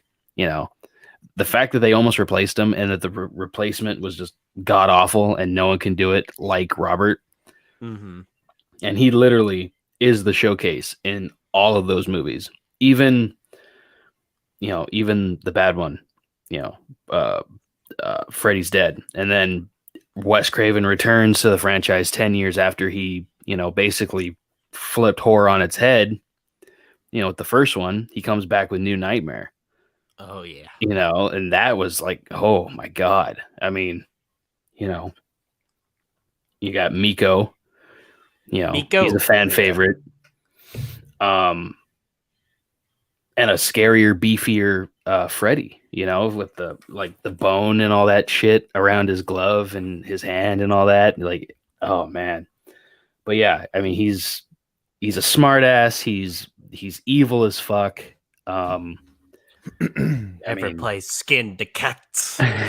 Yeah, I mean, he has some, and that's another great thing. I mean, yeah, Chucky's a smart ass, Leprechaun, he's a smart ass. They all have really good lines, but how many of those were inspired? Improv. How many of those were improv? I mean, welcome to primetime, bitch. He thought of on the spot. And that's an iconic line, probably arguably one of the most, iconic lines in all of horror, not just this franchise, but all of horror. So, I mean, what other villain can really say that? So just that, and him basically embodying that character, 100% is, there should be like, Camp Crystal Lake, but then like another tier, like a god tier, and he should like wiggle in that one. But Exactly. But excuse me, but man, yeah, so much love for freaking Freddy, and definitely one of the big 3. But is he the big 3? Because we got our next freaking potential suspect right here of potential big 3 of who's the best of all time. We got freaking Michael Myers style here. Freaking Michael Myers. Or what? Chad, you're the Resurrection fan. Michael Myers, born on so and so 19. Now he's back. Now he's back in your hair. Michael Myers ain't a sound bite. Can we just safely assume He's a again? killer shark. In baggy ass overalls. Can we just safely assume again? Yes, absolutely. Okay, yeah, I just figured. So, In the bathroom, right? Damn. No, hell no. Well, if we're just going only on Resurrection, hell yeah. I'm kidding. But Yeah, on opposite day. yeah. Well, the opposite. On day Resurrection is- alone, he's in Camp Crystal Lake. Thank you. Oh my gosh! But anyways, Ahead I of love good time. old Michael. I know we're gonna give you a shout out when we do that review for Howl Scream. But yeah, seriously, guys, Michael Myers though, definitely top 3 of all time. He's freaking amazing. Such an icon, especially from the '78 classic. Just the shape, and I don't have enough words. Like I could freaking talk hours on how amazing Michael Myers is. So I'm just gonna leave it. He's the great. He deserves to be at Camp Crystal Lake. It honestly too, he might even deserve his own little tier himself. Him and Freddy and another person we'll mention here in a little bit. Just freaking, he deserves it, man. God just tier. right up there. Yeah, dude, that's what for sure. And when we're tearing some of these other assholes like like Pennywise and stuff like that, and I was saying I just can't put them up. It's because of these guys, Michael, Freddy, and stuff. These guys are just in their own tier. I didn't really want to put these guys necessarily up there with them, but yeah, obviously Michael is fantastic. He's my favorite of the bunch just because of the mystery behind him and everything. And even when we don't have the mystery elements like in Rob Zombie's movies, I still love him, man. He's just freaking he's badass in those. And They should have kept the mystery. Yeah, I mean, obviously the mystery is the better part of it, but I like what they did with the Rob Zombie movies. It's a different take. It's it's a fun, it's a different ride, and it's a little bit more tragic take on the character, I think. But it's it's awesome, man. He's spooky as a mofo, and the mask is my favorite look of all time. Mm-hmm. Yeah. So, Chad, Iconic. anything else you want? Yeah, just icon. Yeah, pretty much that's the big word you can Flat say. out iconic. Anything else you want to say, Chad? No, I mean, Yeah. What? I am. I still have to watch those theatrical cuts of those two, but for the most part, I love this franchise. I can have fun with all the movies pretty much. Even they all have bad ones, but that's the mark of a great villain is that they can carry you through the bad shit, and he's another one. Even when they dressed his ass up in freaking hockey pads and freaking weird ass looking mask, he still came in strong and gave us some good shit. So that's right. I am so rooting today that Michael Myers wears a Michael Myers mask.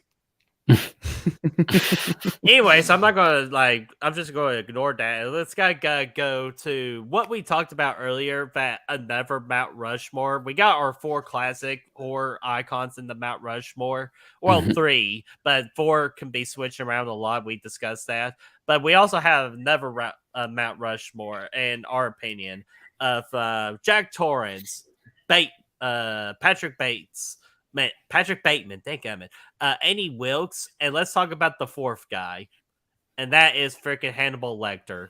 Holy crap. He deserves, and for me, he deserves to be at Camp Crystal Lake because what he does in 16 minutes, it's just astounding what he did in that movie. It's just the way he talked, the way he speak, the way he presented himself. Anthony Hopkins, man, gave one hell of a performance in freaking Silence of the Lambs. And plus what he did in those 16 minutes gave him one of the horror movies, one and only Oscars and Emmys and all that, man. That's just what holy hell. I can't, it's just amazing, man, what he did. So I do Camp Crystal Lake.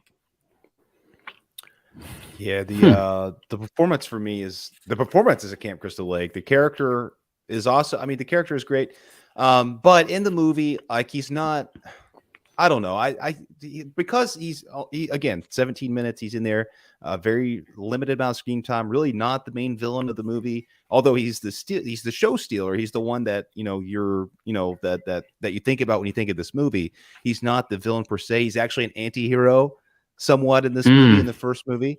But he I mean, because of that, I'm going to put him in Rabbit and Red Lounge, just because he's just not really the main villain. The scene in the freaking in the jail is badass. The old swaparoo, resurrection style. Isn't he like an aide in all of them? Pretty much the first couple ones. I haven't seen Hannibal. Red Dragon, he's great in that one. But I haven't seen Hannibal, which I think he might be. Hannibal was okay. Yeah. But he was great. He ate Ray Liotta's brains in that one. Fuck yeah, he did. R.I.P. Ray Liotta. Yeah, I mean, yeah, because he's an anti-hero who eats people while he helps out, the FBI or whatever they are, for protein. I'd say Rabbit and Red Lounge for me. All right. It's really just because like him and Ted Levine kind of split. Yeah. Here, that's why Ted Levine's lower. Ted Levine, he was great. Buffalo Bill was fantastic. Right. But he gets the stole shown by Hannibal, and then Hannibal's not really the villain because Ted Levine's there. So it just they kind of take each other down a notch. And I can understand that. I like that perspective, man. But God, I just love what Anthony Hopkins did. Oh, he was fucking well, one of the right up there with Jack and Annie and that's why I put him in the Mount Rushmore of that particular category. Oh yeah. But if I remember, he's never really the main focus of any of the films. Like they're never going after him, right? Except for Hannibal Rising. Well, right, but I mean, that movie was a piece of shit. Yeah, I don't. Yeah, fuck that movie. But he got his own TV series. Well, yeah, but even in that one, he's an aide or something, right? Isn't he a medical examiner or something in that one? I haven't watched the show, but that's what Aiden said in the comments, saying Matt's is probably my favorite Hannibal, but damn, Anthony Hopkins is wonderful as well. Damn, I can't pick. Wow. Okay. Do you know Brian Cox was the first Hannibal Lecter? Oh, really? Flamethrower puts him in the bathroom because he doesn't like anybody who cooks better than he does. Oh my God. Beans. Nice Chianti. Yeah, I'd say I'm good with his placement there. Alrighty, so let's freaking leave him at the Rabbit in the Red Lounge, just looking at girls trying to figure out which one of them he wants to eat. But it would be great together. Oh my gosh, freaking be one hell of a couple. But they gotta be careful when they get down to the nitty gritty in the bathroom, not to say Candyman 5 times. So let's talk about freaking Candyman. Freaking Candyman. Candyman. Nah, I'm just kidding. I can't freaking do it. So let's talk about freaking Tony Todd here playing an iconic horror villain. And the first Candyman was great. Like, it took me time to after a rewatch, I really understand what they were trying to do with it, with the horror aspect of things. I think it's absolutely phenomenal. And it's such a great look to a horror icon. I put him in the Rabbit in the Red Lounge because all the other movies are really damn weak compared to the first one. Like the newer reboot one remake of the 2021 was awesome in it. I just kind of hate how they kind of had Tony Todd, what he did in it. So, but the original, he's kind of an anti-hero in that one. He's like a freaking superhero by the end of it. Oh my gosh, I get it. Freaking Predator should have No, been I'm just on saying, this list. I get it. But what I want y'all to get as well, this guy this icon deserves a lot of love. And it's freaking just, his name is always buzzing in the horror franchise. So I put him in the Rabbit in the Red Lounge. Nice. So it's up to you guys. I mean, with the meaning of the film and everything, he does have an iconic look. I don't really remember any iconic kills, but the performance of Tony Todd alone I mean, he's one I really wish we would have gotten more from. Mhm. We've only gotten a few like what, 4? I think Three. we've gotten from 3, 4. I think 4. I think 3 4. 3 with Tony Todd, and then the obvious, well, the reboot, but the previous 3 with him. But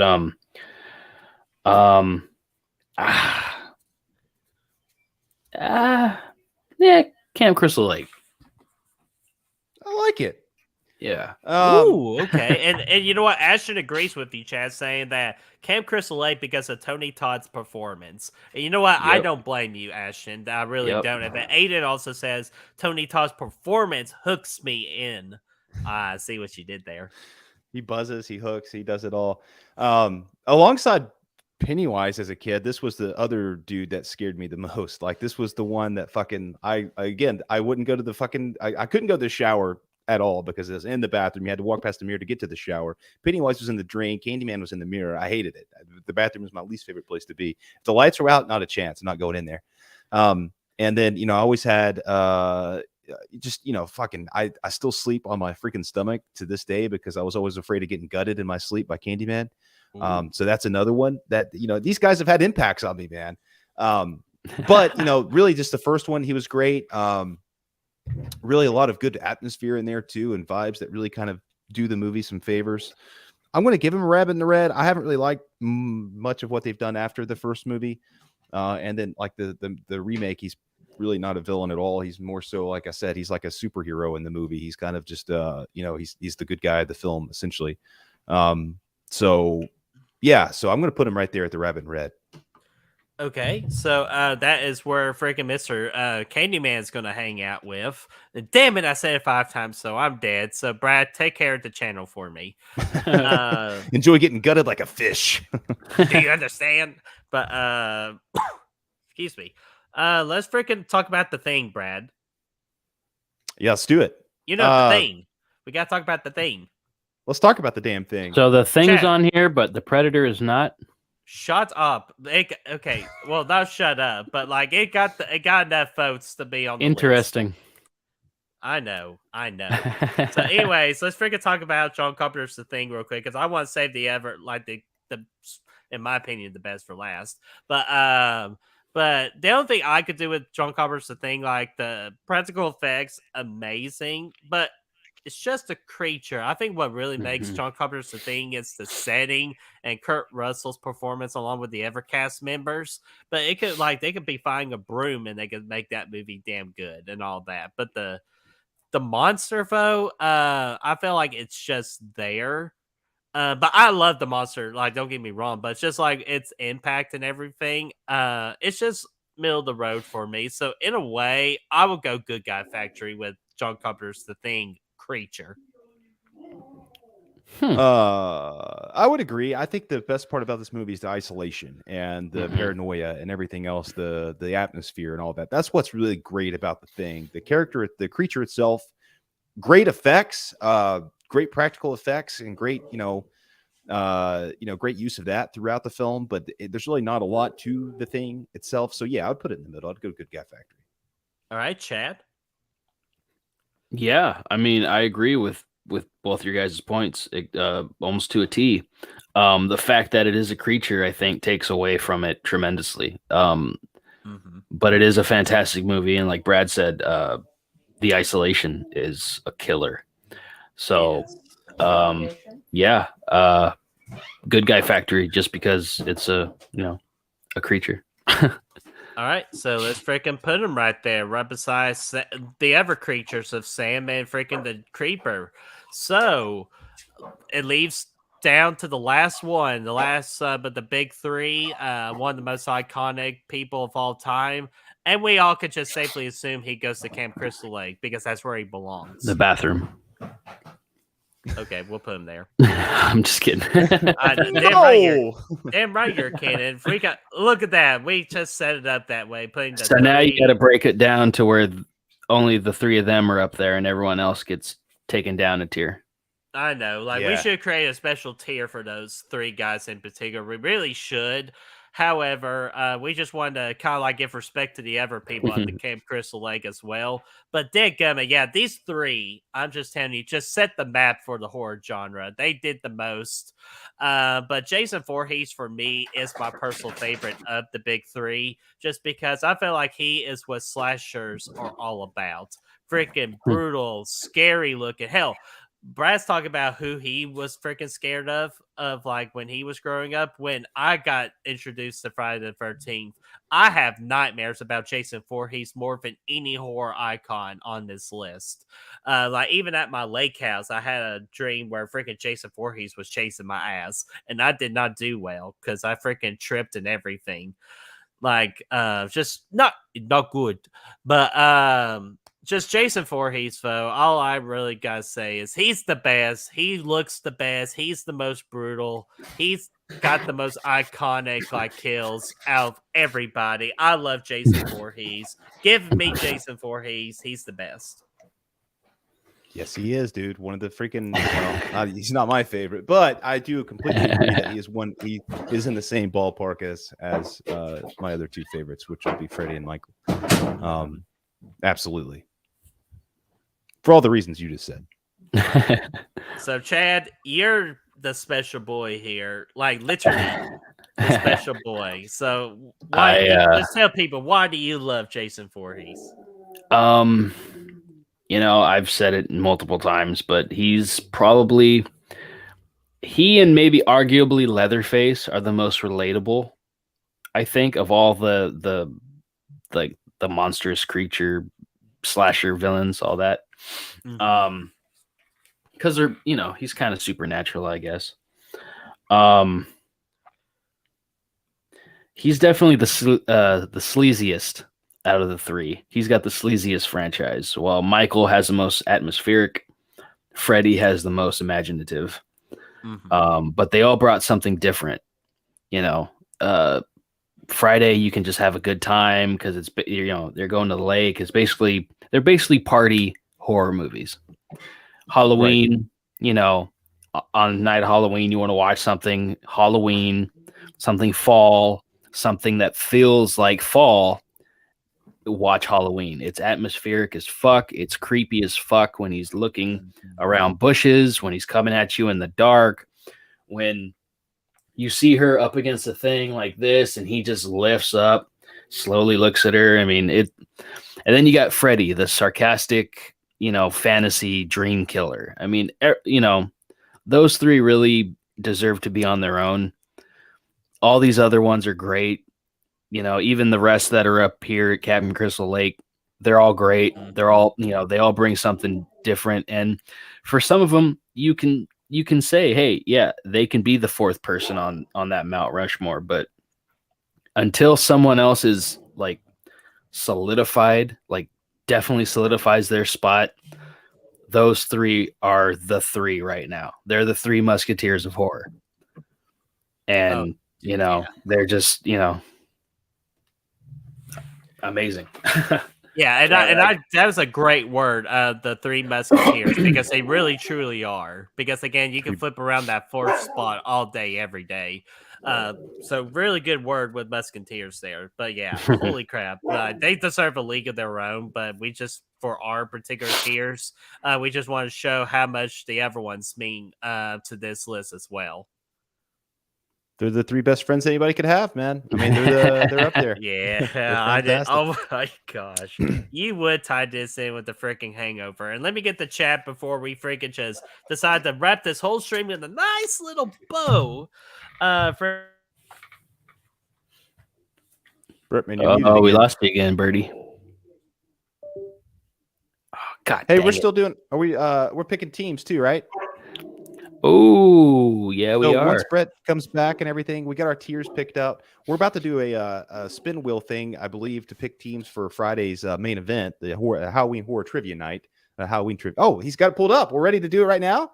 Oh, yeah, we're ready to do it right now. Ah, hell yeah. This is the teams right So, here, Brad, will you write these down for me? So, how we'll do pleasure. it is the first spin is going to go to team 1, then team 2, team 1, team 2. That's how we'll do it.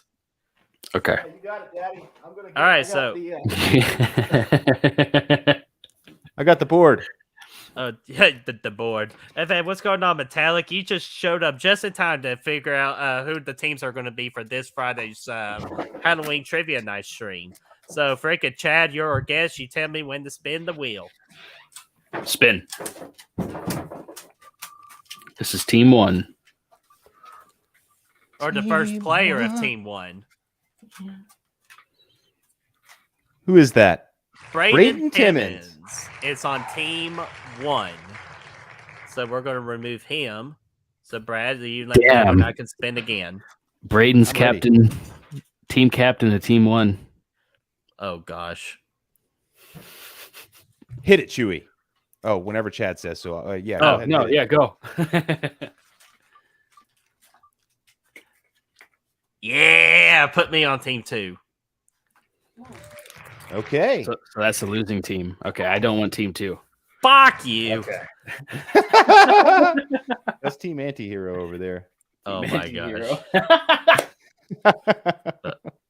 I mess. Anyways, I'm spinning the wheel. Fuck you guys. All right, who is going to be on Braden's team? Oh, Of course it's the Shifter. Oh wow. Okay. What are the odds of that? Okay. So Chad is on Braden's team. All right, Team 2. Okay. All right. All right, who's going to be on the Burtman's team? Come on, I need me. Who's going to be there for me? Is it Bacon or is it going to be Danner? Banner, Bacon. Ah! Banner. Who is it? Bacon. Oh, Bacon. no. Oh.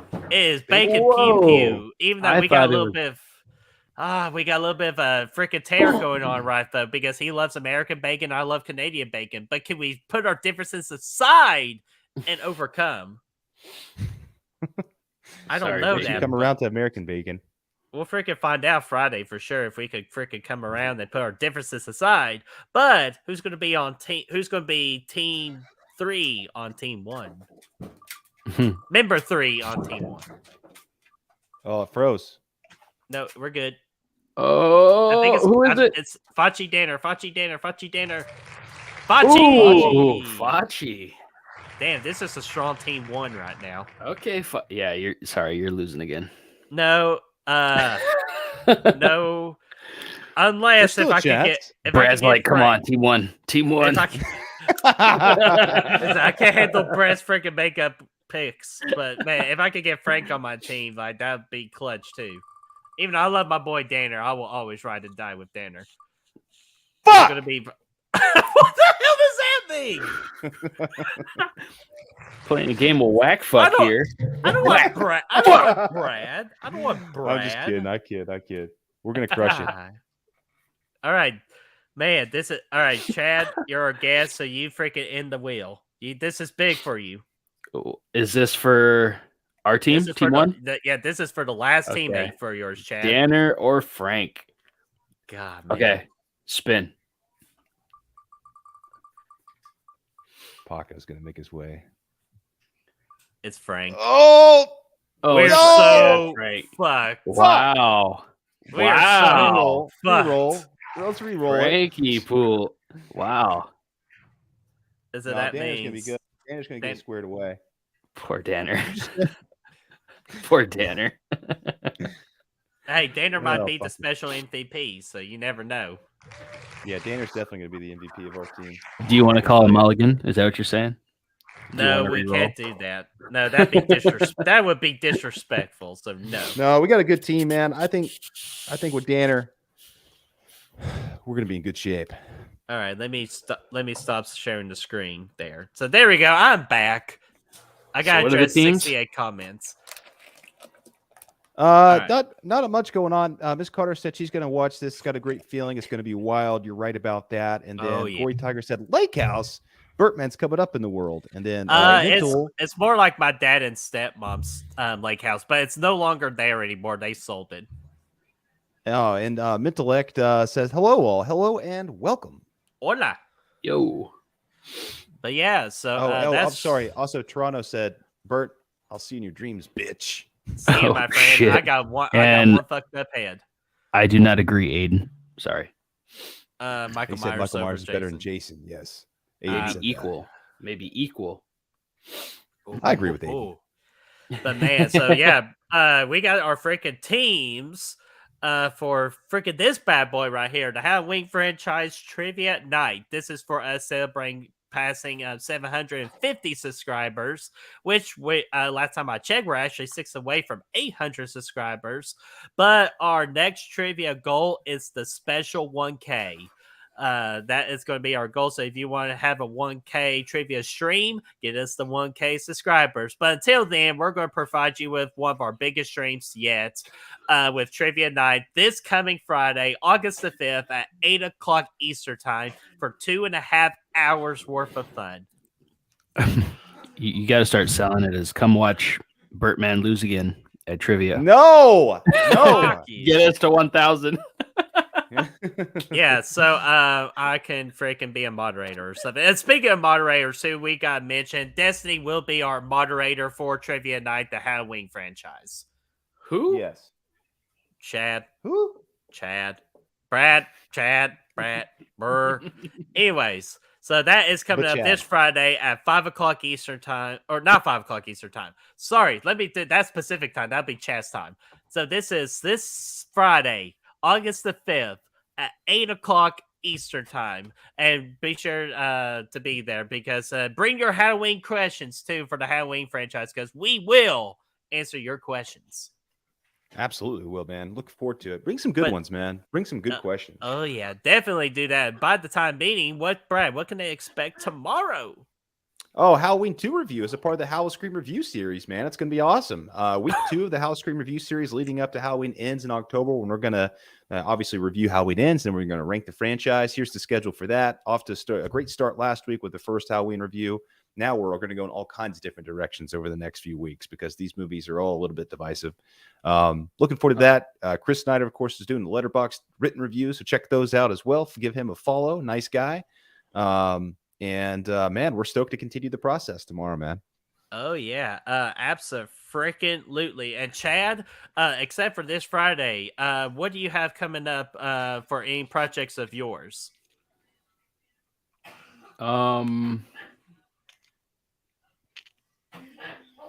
You can catch me on Behind the Mask with Facci and Mr. Grimm. Yeah. I am now a part of that. Nice. I'm not sure if I'll be able to make everyone, but I'll be there for as many I can make. So, yeah. I think those are Wednesdays. Man. Oh yeah, those are Wednesdays. So hell yeah. And guys, look away real quick. I gotta talk to Brother Fluff here. Appreciate it. Hey, wow.